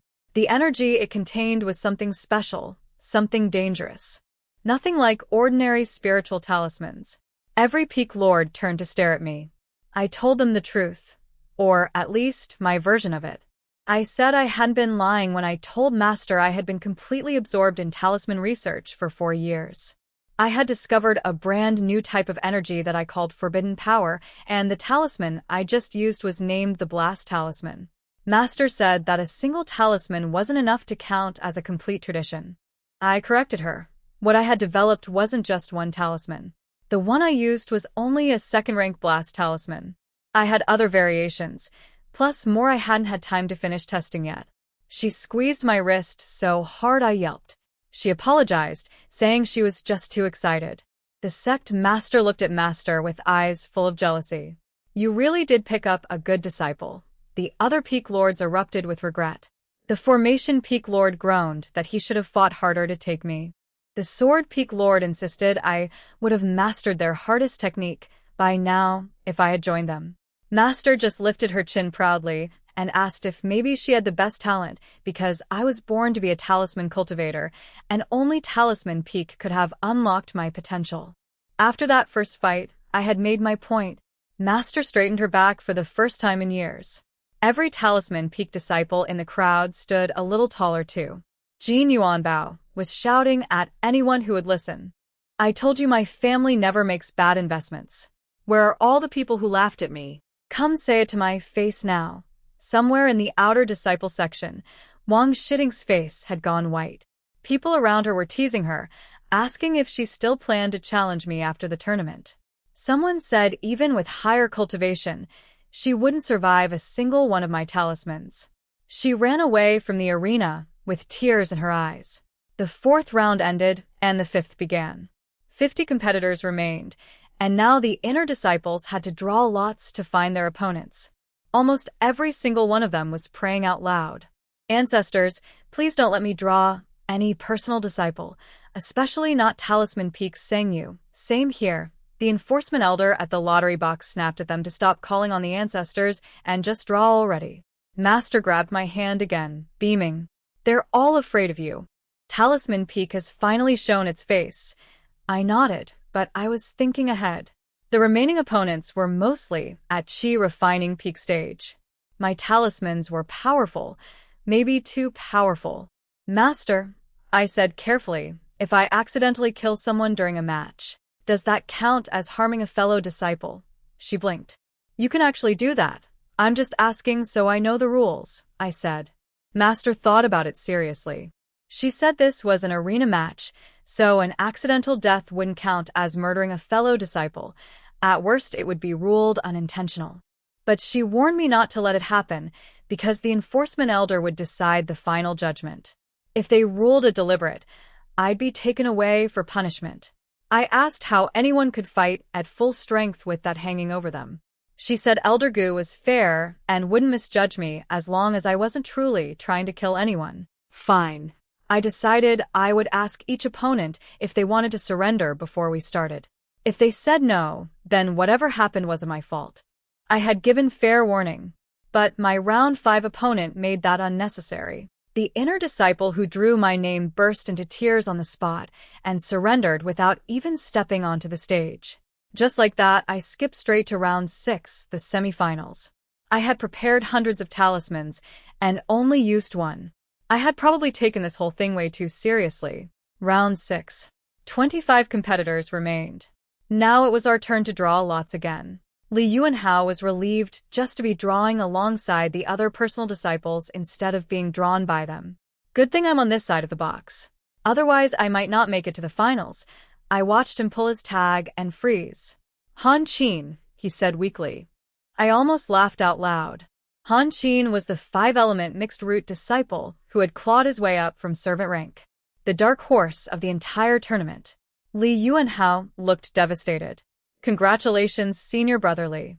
You drew the fiercest underdog in the competition. Lin Feng's expression was as blank as ever, but I caught a flicker of amusement in his eyes. I drew a formation cultivator from Formation Peak. Lin Feng got a beast-taming disciple. He gave me a rare piece of advice.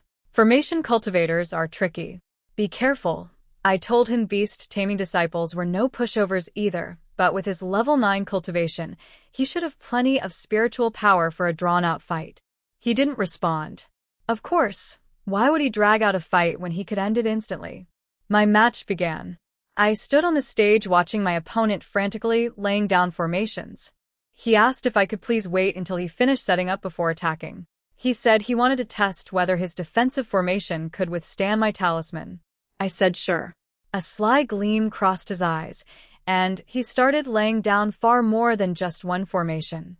Up on the high seats, Master saw through it immediately. That sneaky brat is taking advantage of my disciple's trusting nature. The Formation Peak Lord just stroked his beard. All is fair in war. On the stage, I frowned. Still not done. Almost. This looks like more than one formation. It's a complex design, right? Even a fool could see he was stacking multiple formations. I guess they would multiply each other's power. I readied a defensive talisman and braced myself. A few seconds later, he smiled. A lesson for you, junior sister. Never trust your opponent in a fight.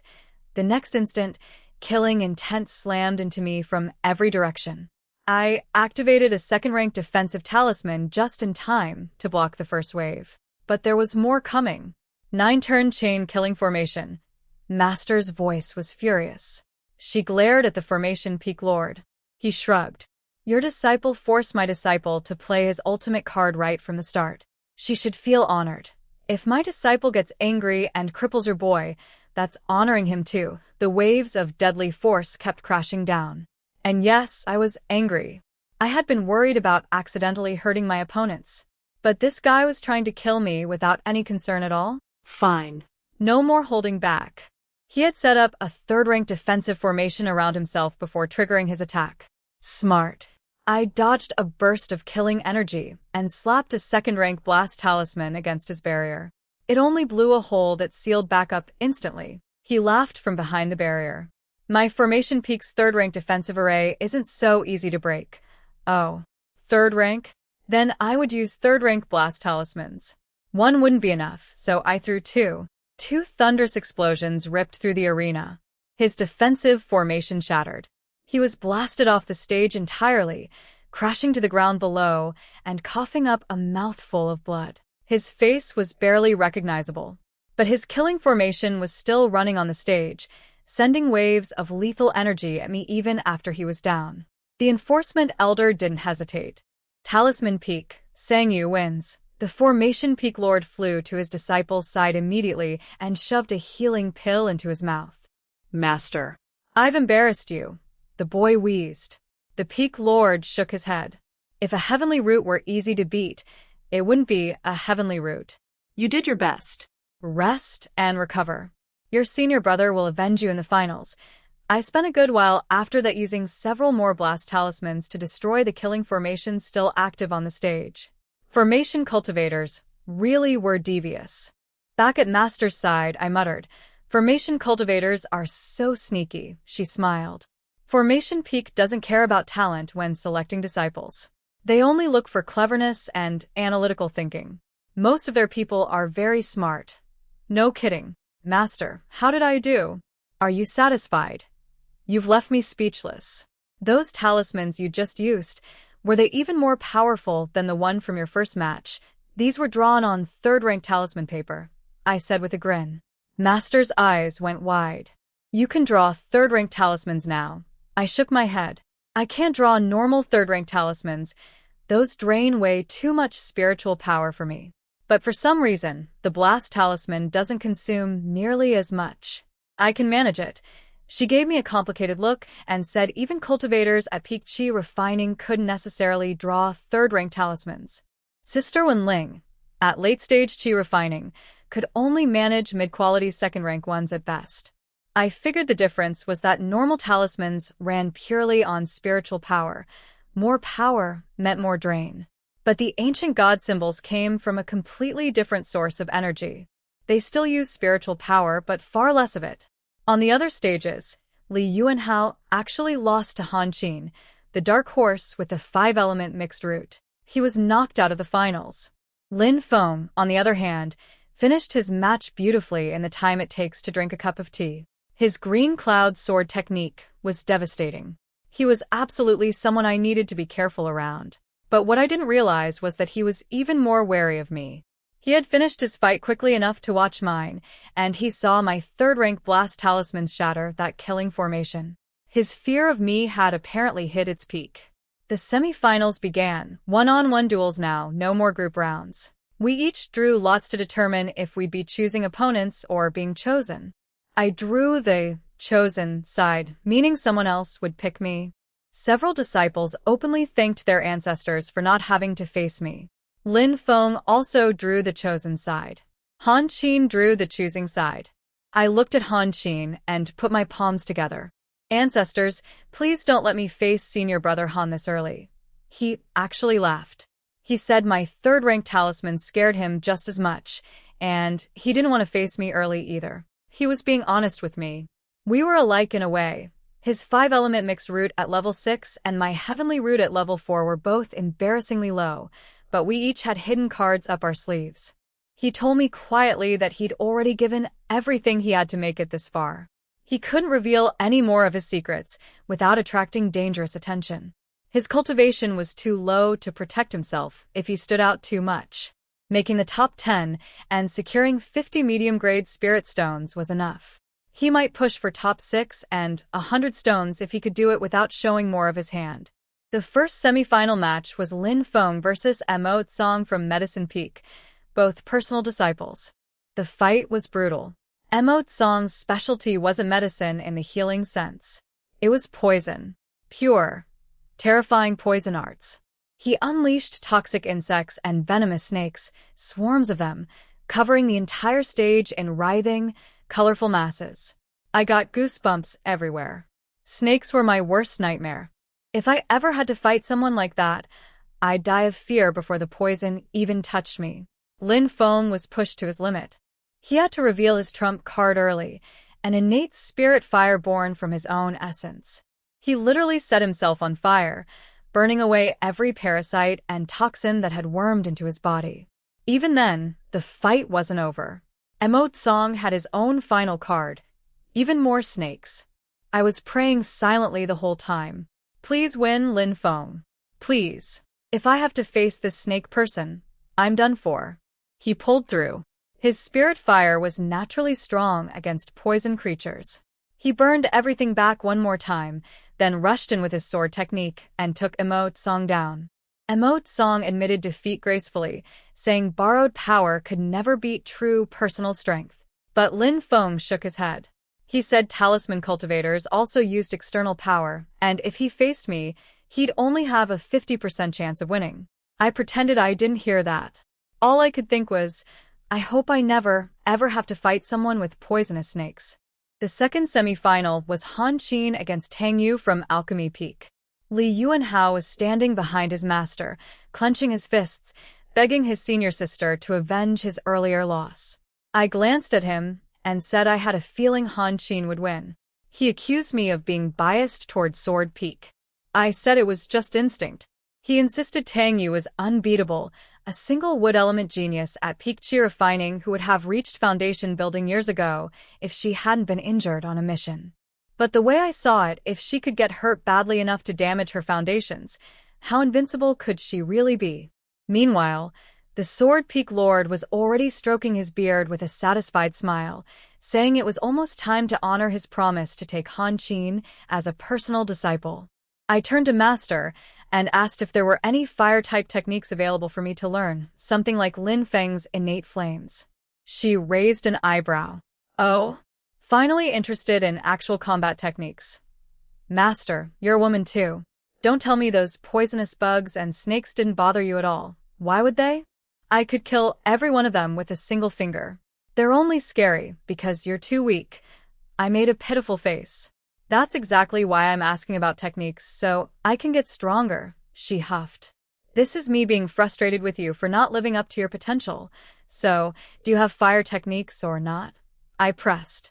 Master said since I was a heavenly root and could practice any element, she had an idea for a shortcut.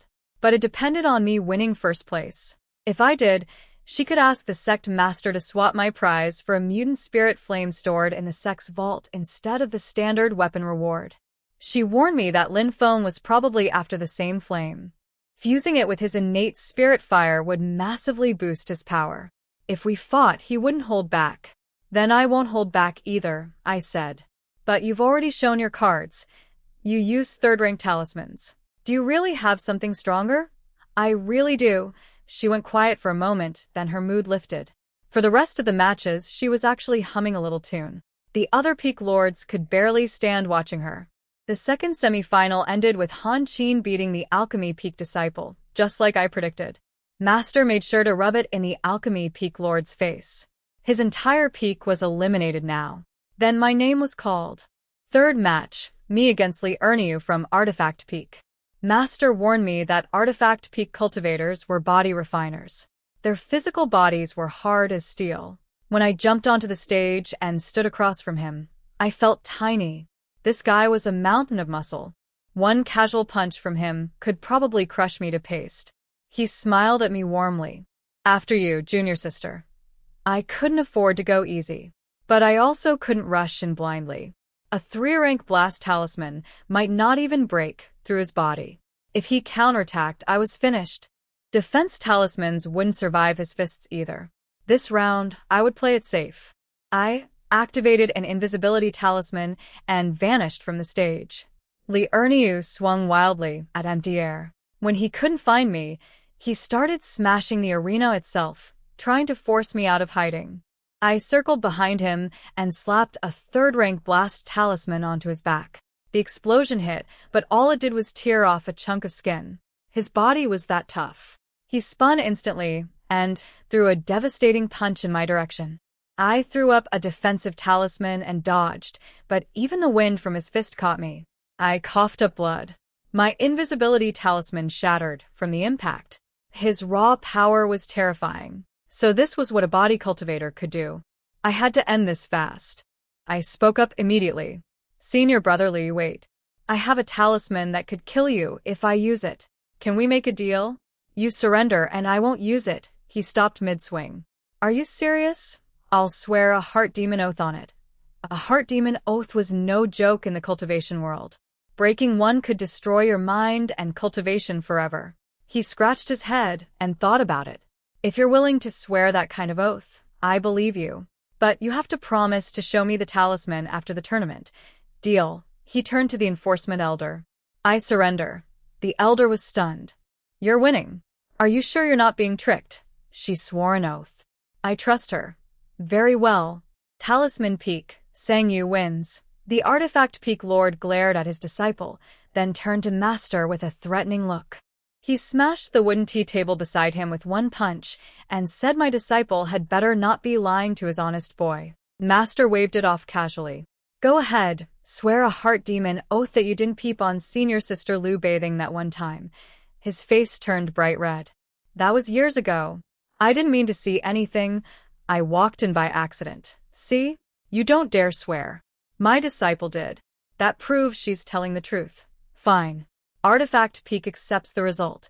When I returned to the high platform, the sect master and all the peak lords were looking at me differently now. The sword peak lord asked if I truly had a talisman that could kill Li Erniu, a peak chi refining cultivator with a fully refined body. Maybe not kill, but definitely cripple him badly. You're not bluffing? I looked at him calmly. I have a feeling Lin Feng will force me to use it.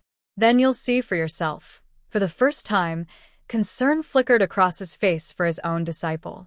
I leaned close to Master and whispered, "After the tournament, I want to start body refinement training." She raised an eyebrow. "Are you sure? Body refinement is extremely painful. The further you go, the worse it gets. If you can't endure it, you'll be crippled even if you survive." But Li Ernia's iron body had given me a wild idea. The ancient god's corpse was so physically powerful that it could contain all that forbidden energy. What if I refined my own body to that level someday? Could I draw the symbols directly onto my own skin? It sounded crazy. But geniuses are the ones who dare to dream crazy things and then actually try them. "Master, I want to do it." She studied me for a long moment, then nodded. "After the tournament, I'll find you the best body refinement technique in the sect." "Thank you, Master. You're the best." She smiled quietly. She was keeping every promise she had made, giving me the best of everything, searching for lost teachings. And she said it wasn't because of obligation. It was because I had actually done what I said I would. I had carried Talisman Peak's future on my shoulders without breaking. When the tradition was lost, I created a new one. She said even if she died tomorrow, she would have no regrets. But she planned to live, to watch me shine across the entire cultivation world. "Focus on the matches," she said. Yes, the next fight featured the Formation Peak's personal disciple, Chu Liuyu. What I saw shook me. He didn't use attack or defense formations this time. He used an illusion formation, one that targeted the weakest points of his opponent's mind. His opponent stumbled into the illusion and lost all sense of reality, screaming and crying like a madman, completely trapped. Chu Liuyu won without throwing a single attack. Even after the illusion broke, his opponent sat there in a daze, emotionally devastated, unable to recover for a long time. I started thinking hard. If I faced someone like that, how would I break free from an illusion? Before I could figure it out, the final round of 3 came down to drawing lots. Only 3 of us remained. Lin Feng drew the bye. He would sit this round out. I drew Chu Liuyu, the illusion master. Match begins. The moment the elder shouted, "Begin," Chu Liuyu pulled out a formation disc and covered the entire stage with his illusion array. Then he floated into the air to watch from above, cold and detached. I was already trapped. The world around me shifted to somewhere painfully familiar. My old studio. My old life. Sang you grew up in the orphanage. You owe us. The monthly expenses aren't enough. It was the orphanage director, the woman I had called Mom. She wanted more money. She always wanted more money. I had given her 300,000 last time. She said it wasn't enough. The children were sick. They needed surgeries. I gave her everything I had left. Then she came back again. The account was empty again. I was sick myself this time. I begged her for just a little more time. "I can wait, but the children can't. Do you want them to starve? Did I ever let you go hungry when you were small? But were all those children really my responsibility? Just because I had talent and could earn money, everything became mine to carry?" I curled up on the tiny bed in my studio and sobbed into my hands. When would this nightmare end? Then something clicked. Wait. I was already dead. A meteorite killed me. I transmigrated to the cultivation world. That life was over.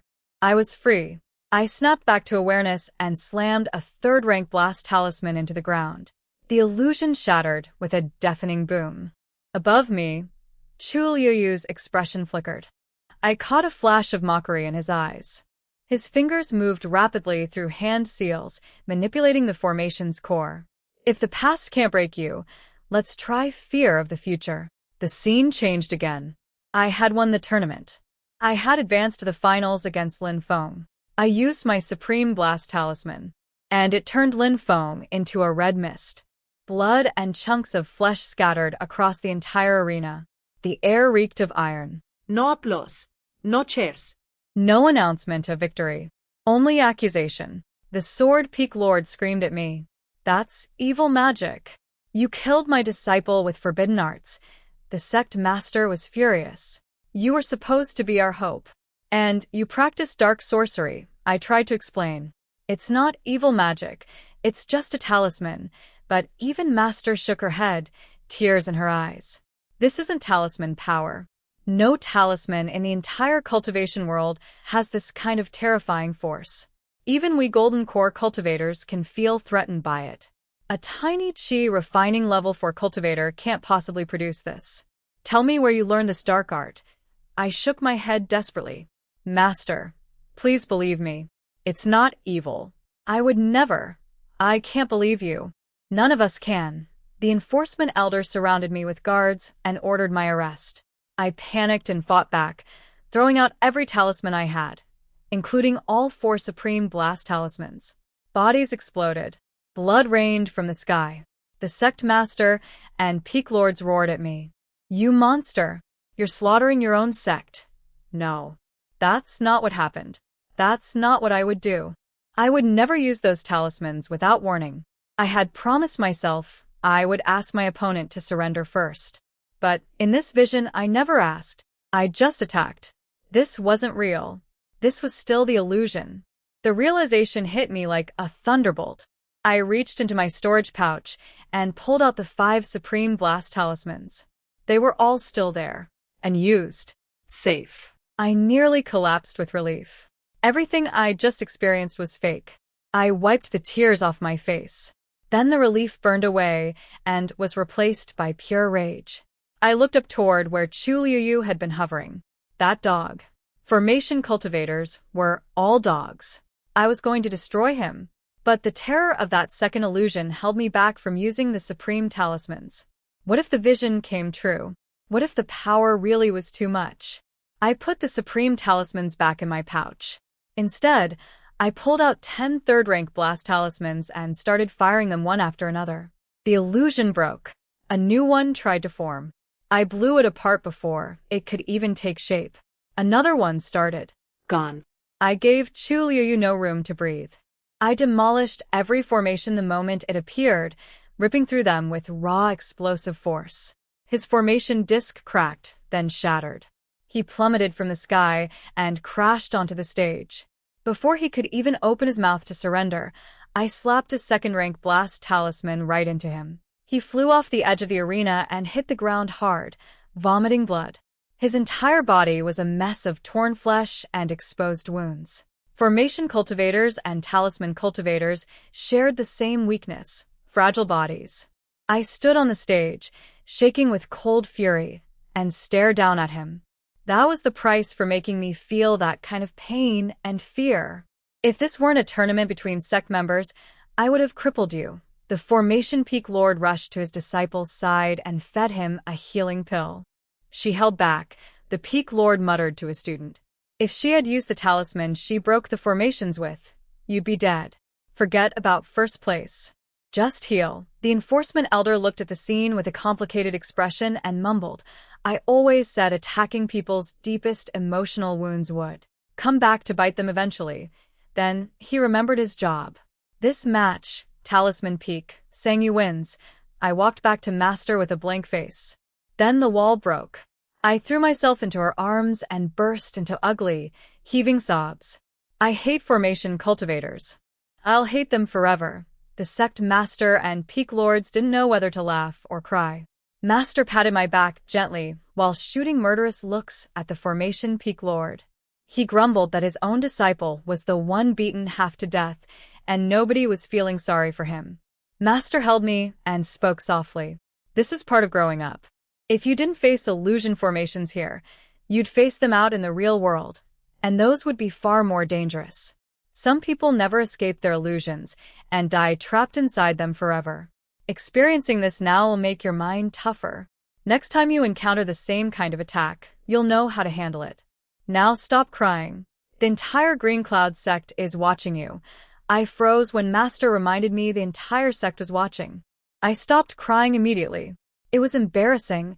The illusion had shaken me so badly that the moment I saw Master after winning, I just broke down. I cast a cleaning spell on myself. When I looked up again, the only trace left was my slightly swollen eyes. But I couldn't help whispering to Master, if my talismans are too powerful and I accidentally kill someone, will people call me an evil cultivator? She looked at me gently. Is that what happened in the illusion? I sniffed and nodded. Is being too strong really a crime? I refused to accept that. She told me I was still trapped in the illusion's aftereffects. What I used were talismans, not dark magic, not cursed weapons, not forbidden techniques. She said if Talisman Peak's heritage hadn't been broken, I would have seen that higher-level talismans were far more powerful than anything I had created. 4th-rank talismans could threaten golden core cultivators. 7th-rank ones could make even nascent soul masters retreat. 9th-rank talismans could fight spirit transformation stage cultivators. Hearing her calm voice, my heart slowly settled. She was right. My Supreme Blast talisman might seem invincible among chi-refining cultivators, but against someone at Master's level, it probably wouldn't even matter. I had been trapped in my own fear. The sect master asked if I had recovered. I said I was fine and apologized for the scene. He waved it off and said everyone got made to cry by formation cultivators when they first started out. The Formation Peak Lord puffed up proudly about how powerful his tradition was.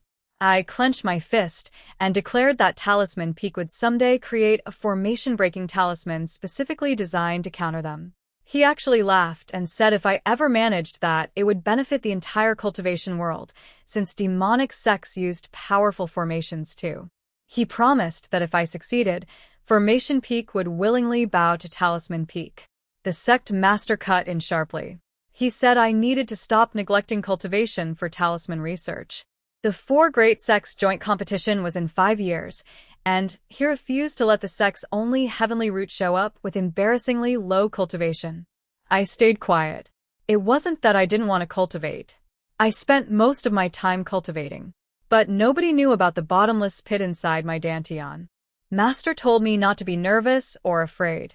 No matter what happened, she would be there. Even if I accidentally killed someone with a talisman, she would protect me with everything she had. I looked into her steady eyes and felt completely calm.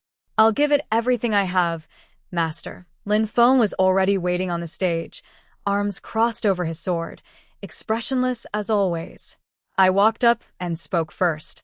Senior Brother Lin, I have one last talisman, my strongest. Its power is enormous. If we fight, I might accidentally kill you or cripple you permanently. If you surrender now, you can avoid that. Against the opponent I feared most, there was no point holding anything back. Lin Feng nodded slightly. Thank you for the warning, junior sister. But sword cultivators have no tradition of losing without fighting. Go ahead. Even if I die, I'll have no regrets. That was all I needed to hear. Everyone in the arena had witnessed his words. Then let's settle this in one move. Please. The entire sect held its breath. I pulled out the Supreme Blast Talisman. The moment it appeared in my hand, I could feel the crowd flinch. The forbidden energy radiating from it made everyone's heart skip. Lin Feng's face shifted from blank to intensely cautious. He flooded his body with spiritual power for protection, summoned 2 high-grade defensive artifacts to hover in front of him, and shifted his stance into a dodging position. He didn't attack. He knew that if I was going to use this talisman, I wouldn't give him time to strike first. And he was right. This was an all-or-nothing move. If my strongest card couldn't hurt him, the remaining 4 Supreme Talismans probably wouldn't either, and I would lose. One strike was all that mattered. Ready, senior brother. Go ahead. I threw the talisman, then immediately sprinted to the far edge of the stage and threw up every defensive talisman I had on myself. The crowd was stunned. If even I was running from my own attack, how devastating was this thing? The talisman locked onto Lin Feng. He tried to dodge, but the energy tracked him. There was no escape. His 2 defensive artifacts shattered instantly. His sword snapped into pieces. A wall of destructive force engulfed him. He managed to channel his remaining spiritual power to protect his vital organs at the last second, but the blast still sent him flying backward, coughing blood. skidding to the very edge of the arena. He stood there swaying, one step from falling off, barely conscious. The entire arena went silent. The artifact peak lord clutched his chest. Those were high-grade defensive treasures, as tough as Liurnia's reinforced body, and they had crumbled like paper. He silently thanked the heavens that his disciple had trusted my warning and surrendered earlier. Liurnia himself was staring with his mouth open. He didn't even need to wait until after the tournament to see my trump card. If he hadn't surrendered, he would be in pieces right now. In the healing area, Chuliuyu, the formation cultivator I had beaten earlier, opened his eyes mid-recovery to watch. His mouth twisted into a bitter smile. The talismans I had used to break his formations were nothing compared to this. This was on a completely different level. And despite all of that, despite the blood dripping from his mouth, his broken sword, his shattered defenses, and the terrifying power that had nearly killed him, Lin Feng still refused to surrender. Lin Feng pulled a backup sword from his storage pouch. He wanted to keep fighting. I frowned. You still won't surrender, he wiped the blood from his mouth. My master promised me. If I take first place, he'll get me the mutant spirit flame from the sect vault. I need that flame. So I have to win. His voice was steel. As long as he was breathing, he would fight. I sighed. My master promised me the same flame. I need it too. If you won't quit, then let's continue. I pulled out another Supreme Blast Talisman. The crowd gasped as one. I had more than one of those terrifying things. Even I was starting to admire Lin Feng. If our positions were reversed, I would have surrendered in a heartbeat. What good was first place if I died or had my Danteon destroyed? But this guy genuinely didn't care. The Sword Peak Lord raised his hand nervously and asked how many of those talismans I had left. Including this one? 4. The arena erupted. For more of those monsters. If I fired them all, Lin Feng would be reduced to nothing. The Sword Peak Lord told Lin Feng to consider stopping. Lin Feng refused flat out. He said his master taught him that a sword cultivator charges forward without fear. If he retreated today, he would retreat forever. He had a point, but he was also going to die. The sect master stood up and tried to negotiate. He said the vault only had one spirit flame, but there was a second one, the Azure Sky Flame, sealed in a restricted zone of the sect.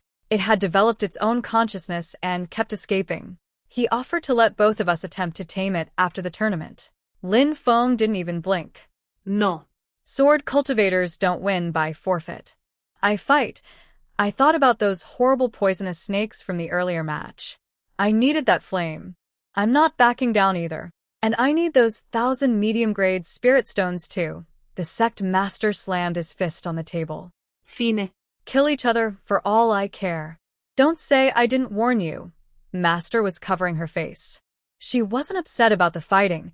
She was embarrassed that I had just announced to everyone that I was doing this for prize money. It made Talisman Peak look broke, and her look like a stingy master.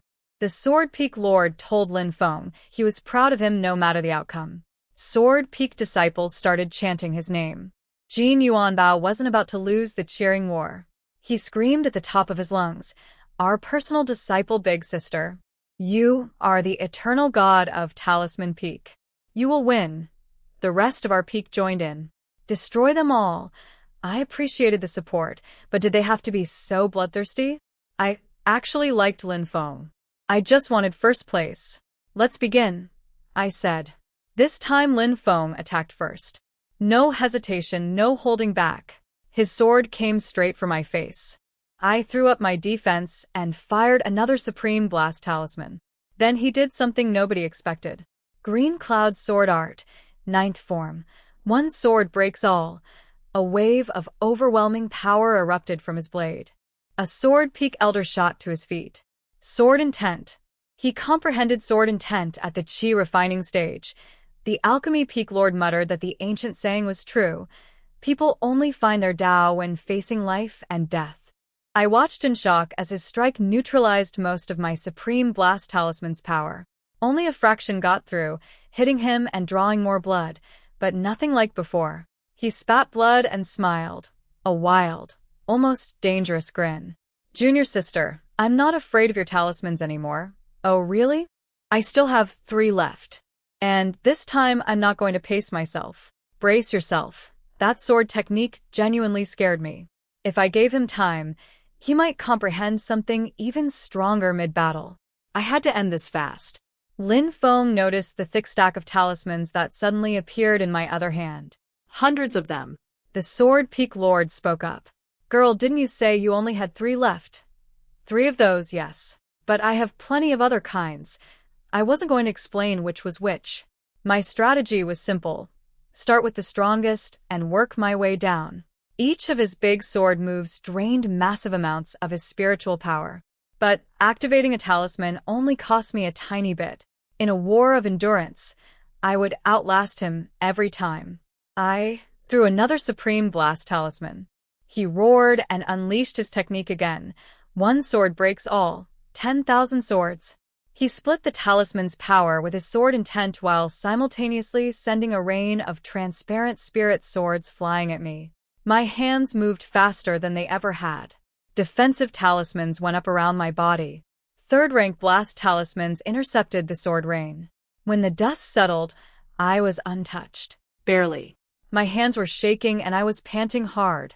If my reactions had been a fraction slower, I would have been skewered.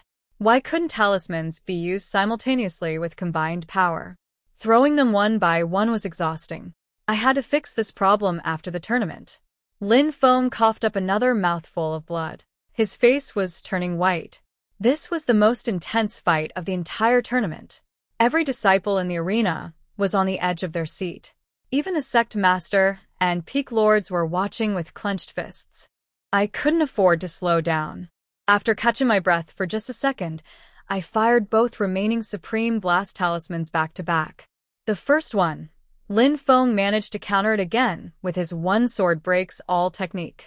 But the impact still hurt him, and before he could gather enough spiritual power for another sword strike, my last Supreme Blast talisman locked onto him.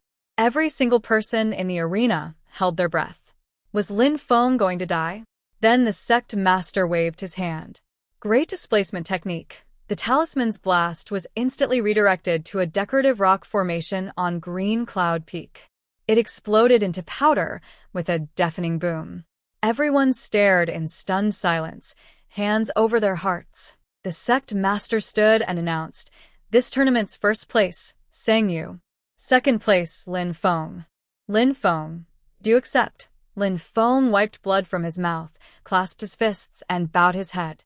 Thank you, Sect Master, for saving my life. I've been defeated in battle, not surrendered. He made that distinction clear. And even in defeat, he earned everyone's respect. The Sword Peak Lord laughed loudly and told Lin Feng he was proud. He said comprehending sword intent at such a young age meant Lin Feng's future was limitless. The sect master was in a good mood. He announced the prizes and told Lin Feng and me to skip the weapon rewards. Instead, we would both get a chance at the spirit flames. Once we recovered, we would go to the sect's restricted zone together to try taming the Azure Sky Flame. Whoever succeeded would keep it, and the other would get the Vault's flame as consolation. We both agreed immediately. Then Han Qin stepped forward and asked the sect master if he could have a chance at the flame too, in case both of us failed. Chu Liuyu, still covered in bandages from our fight, also spoke up requesting the same thing. The sect master reluctantly agreed to give them each one attempt if Lin Feng and I both came up empty. I wasn't worried. Even if I couldn't tame the wild flame, I was first place, so the Vault's flame was mine regardless. Master handed me a storage pouch with my prizes. 1,000 medium-grade spirit stones. And a top-quality foundation-building pill. My eyes went wide. Foundation-building pills were incredibly rare, even for a major sect. Disciples needed 50,000 contribution points for a low-grade one, 80,000 for mid-grade, and 150,000 for top-grade. This single pill was worth a fortune. I asked Master if I even needed it, since heavenly roots were supposed to break through without bottlenecks. She said I could attempt a natural breakthrough when the time came, but having the pill as insurance was smart. If something went wrong during my breakthrough, and given my track record, that was possible, I'd want a backup. And if I didn't need it, I could trade it for other resources later. Then she grinned. You did it. I did it, Master. She said Talisman Peak had finally held its head high. She was going to march straight to the sect master and demand better resource allocations, a new peak location, and equal treatment for all our disciples. No more being the bottom-rung peak. I asked if I should hand over my blast talisman technique to the sect. She looked at me like I was crazy. That's your personal trump card. Why would you give it away? I said our peak's traditions were incomplete, so maybe sharing it would help. She shook her head firmly. If I shared the technique with the peak's disciples, they'd sell talismans outside. Eventually, enemies would get their hands on it and use it against me. Could I survive my own blast talismans? I shook my head violently. Absolutely not. She said even the sect master would never ask me to reveal my trump cards. No peak lord would hand over their personal techniques either. Only when I had something even more powerful to replace it, strong enough that the blast talisman no longer mattered, should I consider passing it down. That made perfect sense. Master looked at me with soft, complicated eyes. She said the sect master was now counting on me, Lin Feng, Chu Liuyu, and Han Qin for the 4 Great Sects joint tournament in 5 years. But I was still so small. She didn't want me to suffer too much, yet she didn't want to hold me back either. I didn't want to suffer either. I felt like I had already suffered plenty. But what choice did I have? I had made my name. People had expectations now. As long as it didn't kill me, I would keep pushing. After the ceremony, I headed back to my cave. Before going in, I glanced at the old banyan trees outside. Only 9 left. Good thing I won. Master completely forgot about settling that score. I tried cultivating to see if the missing trees had really weakened the natural formation. Honestly, I couldn't feel much difference. Maybe being a heavenly root that absorbed all types of energy made the loss negligible. Then I heard a familiar voice. Little junior sister, are you home? It was Sister Wenling. I stepped outside and found not just her, but Jin Yuanbao, senior brother Chen Mingyuan, senior brother Shang Jin, senior sister Hu Yuehua. All the inner disciples, plus senior brother Liang Peng from the outer disciples. The whole Talisman Peak family was here. I clasped my fists to greet them. They waved me off and said they had come to celebrate my victory. They brought spirit wine and spirit dishes. Everyone gathered around the stone table outside my cave. They laid out spirit wine, spirit dishes, and all kinds of spirit fruits. It was the first time all of us from Talisman Peak had gotten together like this. Senior sister Hu Yuehua, who had been in seclusion when I first joined, gave me a storage pouch as both a welcome gift and a congratulations present. When I peeked inside with my spiritual sense, I found 800 spirit stones. Asked if Master had told her I needed stones. She laughed and admitted she had asked Master what to get me, and Master's answer was 2 words: spirit stones. After that, everyone switched their gifts to spirit stones too. They piled them on the ground in front of me. Jin Yuanbao went the biggest. His family had been merchants for generations, both in the mortal world and in the cultivation world. They even owned shops in the Sex Market District. He dumped so many stones that the pile looked like a small mountain. Thousands of them, all together. He told me if I ever had extra talismans to sell, I could wholesale them through him. I agreed, but said I wouldn't sell the blast talismans. He nodded quickly. He wouldn't dare sell those even if I gave them to him. Too dangerous if they ended up in enemy hands. I happily swept up every last stone and promised to return the favor with big gifts when they all reached foundation building someday. We drank and laughed deep into the night. Then Master appeared, and her expression told me something was wrong. She said the sect master had agreed to raise Talisman Peak's resource allocation by 20%. But switching to a better peak location? That would only happen after I placed in the top 3 at the 4 Great Sects joint tournament. And matching our disciples' treatment to the other peaks was tied to the same condition. Senior brother Chen Mingyuan spoke up calmly. He said the sect master's message was clear. The sect respected me personally, not Talisman Peak as a whole yet. True revival wouldn't happen overnight. Jin Yuanbao agreed. At least now nobody would dare bully Talisman Peak disciples anymore. Sister Wenling told Master she had already fought hard enough for us, and we were all grateful. Master shook her head sadly. She said she just hated seeing me carry so much weight at such a young age. I told her something I had been holding inside. In my life, the thing I hated most was being forced to carry responsibilities that weren't mine. But the luckiest thing that ever happened to me was meeting Sister Wenling and Master. From the very beginning, they had given me everything, double resources, warmth, protection, without ever forcing a single obligation on me. That was why I was willing to carry Talisman Peak's future. Because I chose it freely. What I refused to accept was responsibility shoved onto me by others, wrapped in guilt. Like my past life, where the moment I started earning money, everyone treated me like their personal ATM, where saying no made me an ungrateful monster. I would never live like that again. Master rubbed my head gently. She told me to follow my heart, cultivate when I wanted, research talismans when I wanted. I was a genius in every sense, talent and intuition, and I would shine in whatever field I chose. After everyone left, I sat alone in my cave and planned my future. First, tame the spirit flame and learn fire techniques. Second, research the remaining 2 symbols from the complete ancient god glyph and develop them into talismans, completing the full blast talisman tradition. Then study how to stack talismans so their effects could combine instead of canceling out. Third, start body refinement training once Master found me a technique. Fourth, maybe learn some basic formations and try fusing talismans into formation arrays. And above everything else, cultivate. Push my level up as fast as my broken Dantian would allow. Then I entered the meteorite space.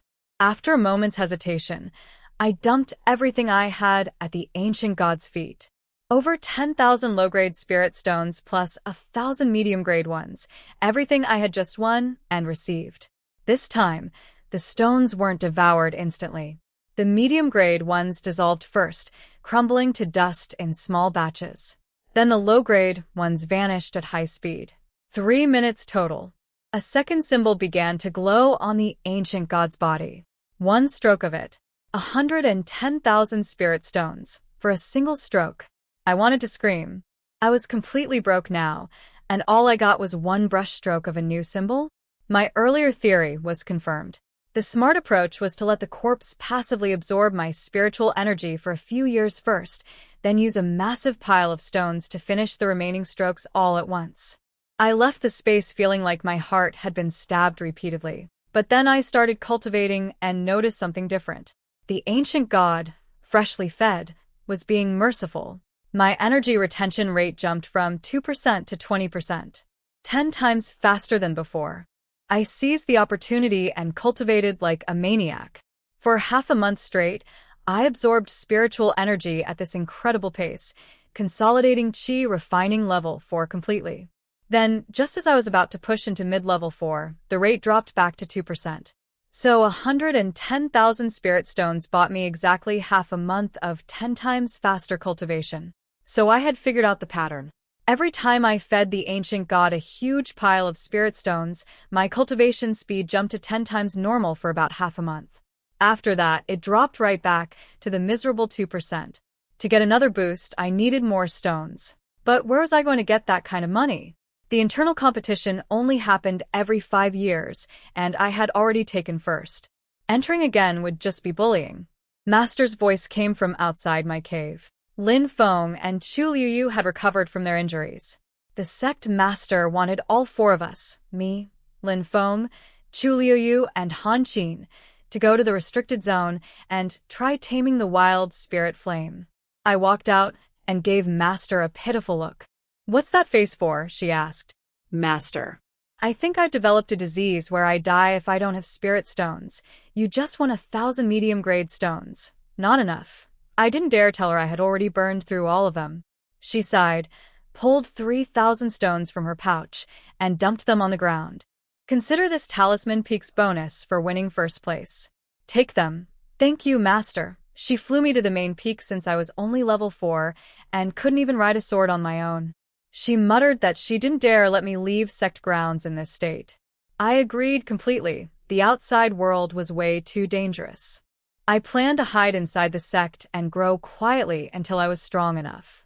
At the main hall, Lin Feng, Han Xin, and Chu Liuyu were already waiting.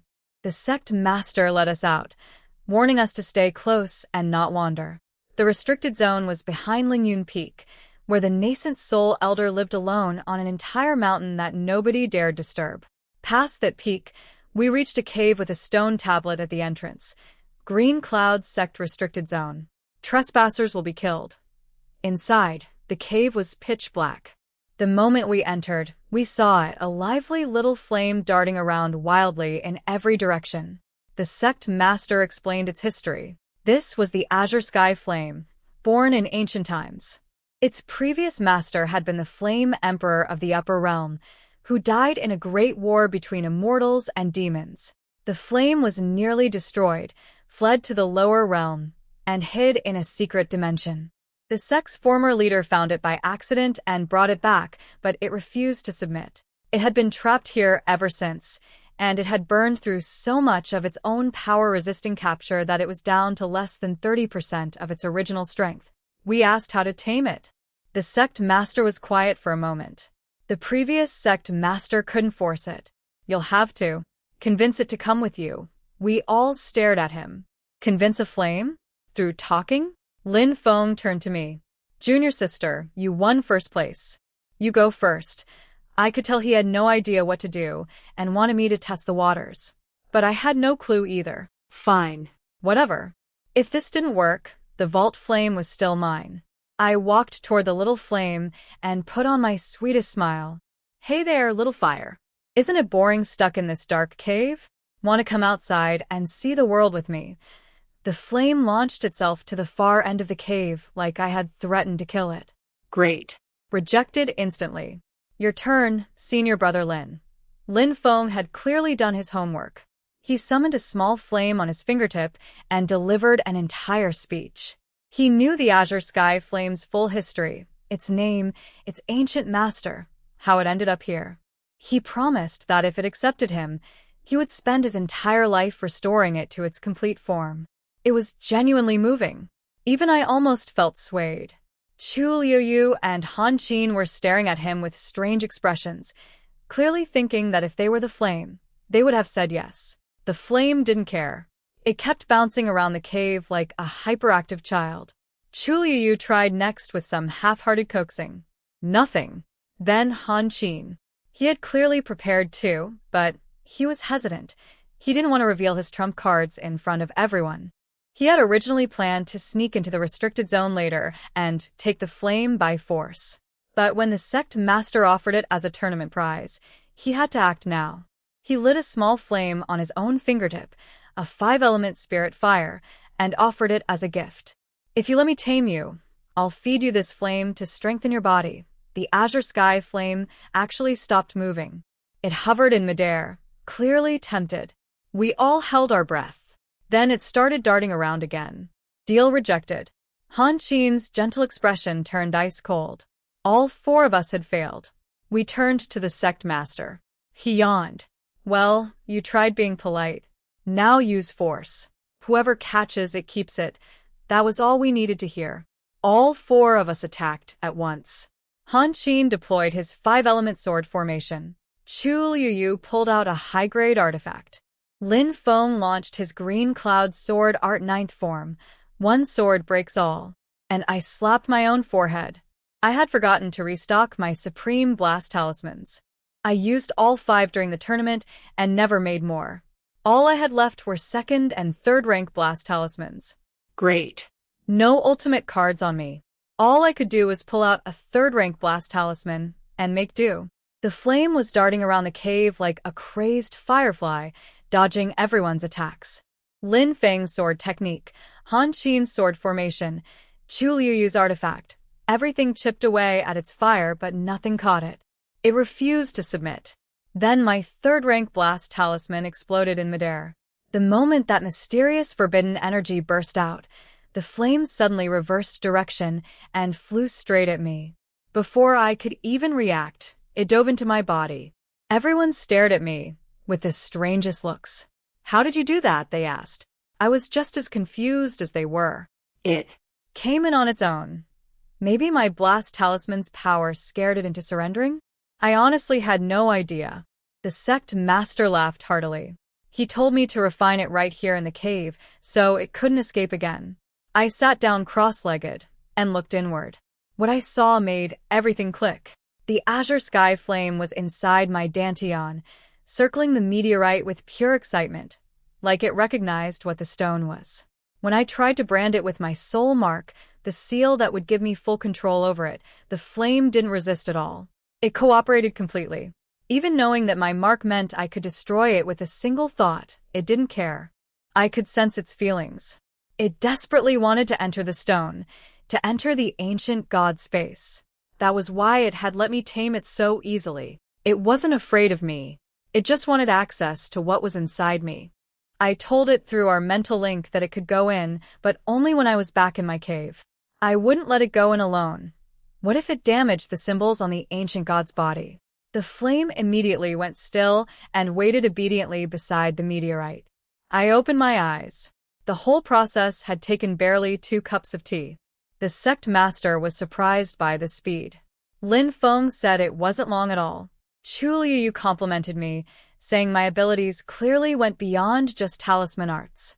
Han Qin's expression was complicated. He had been eyeing this flame for a long time, and watching me take it so effortlessly clearly stung.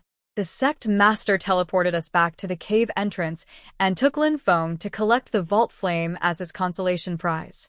Chu Liu left on a flying artifact without a word. Han Qin was about to leave too, but I called out to him. I needed a ride. Master hadn't given me a flying tool because she was afraid I'd wander off. On the way back, he made his move.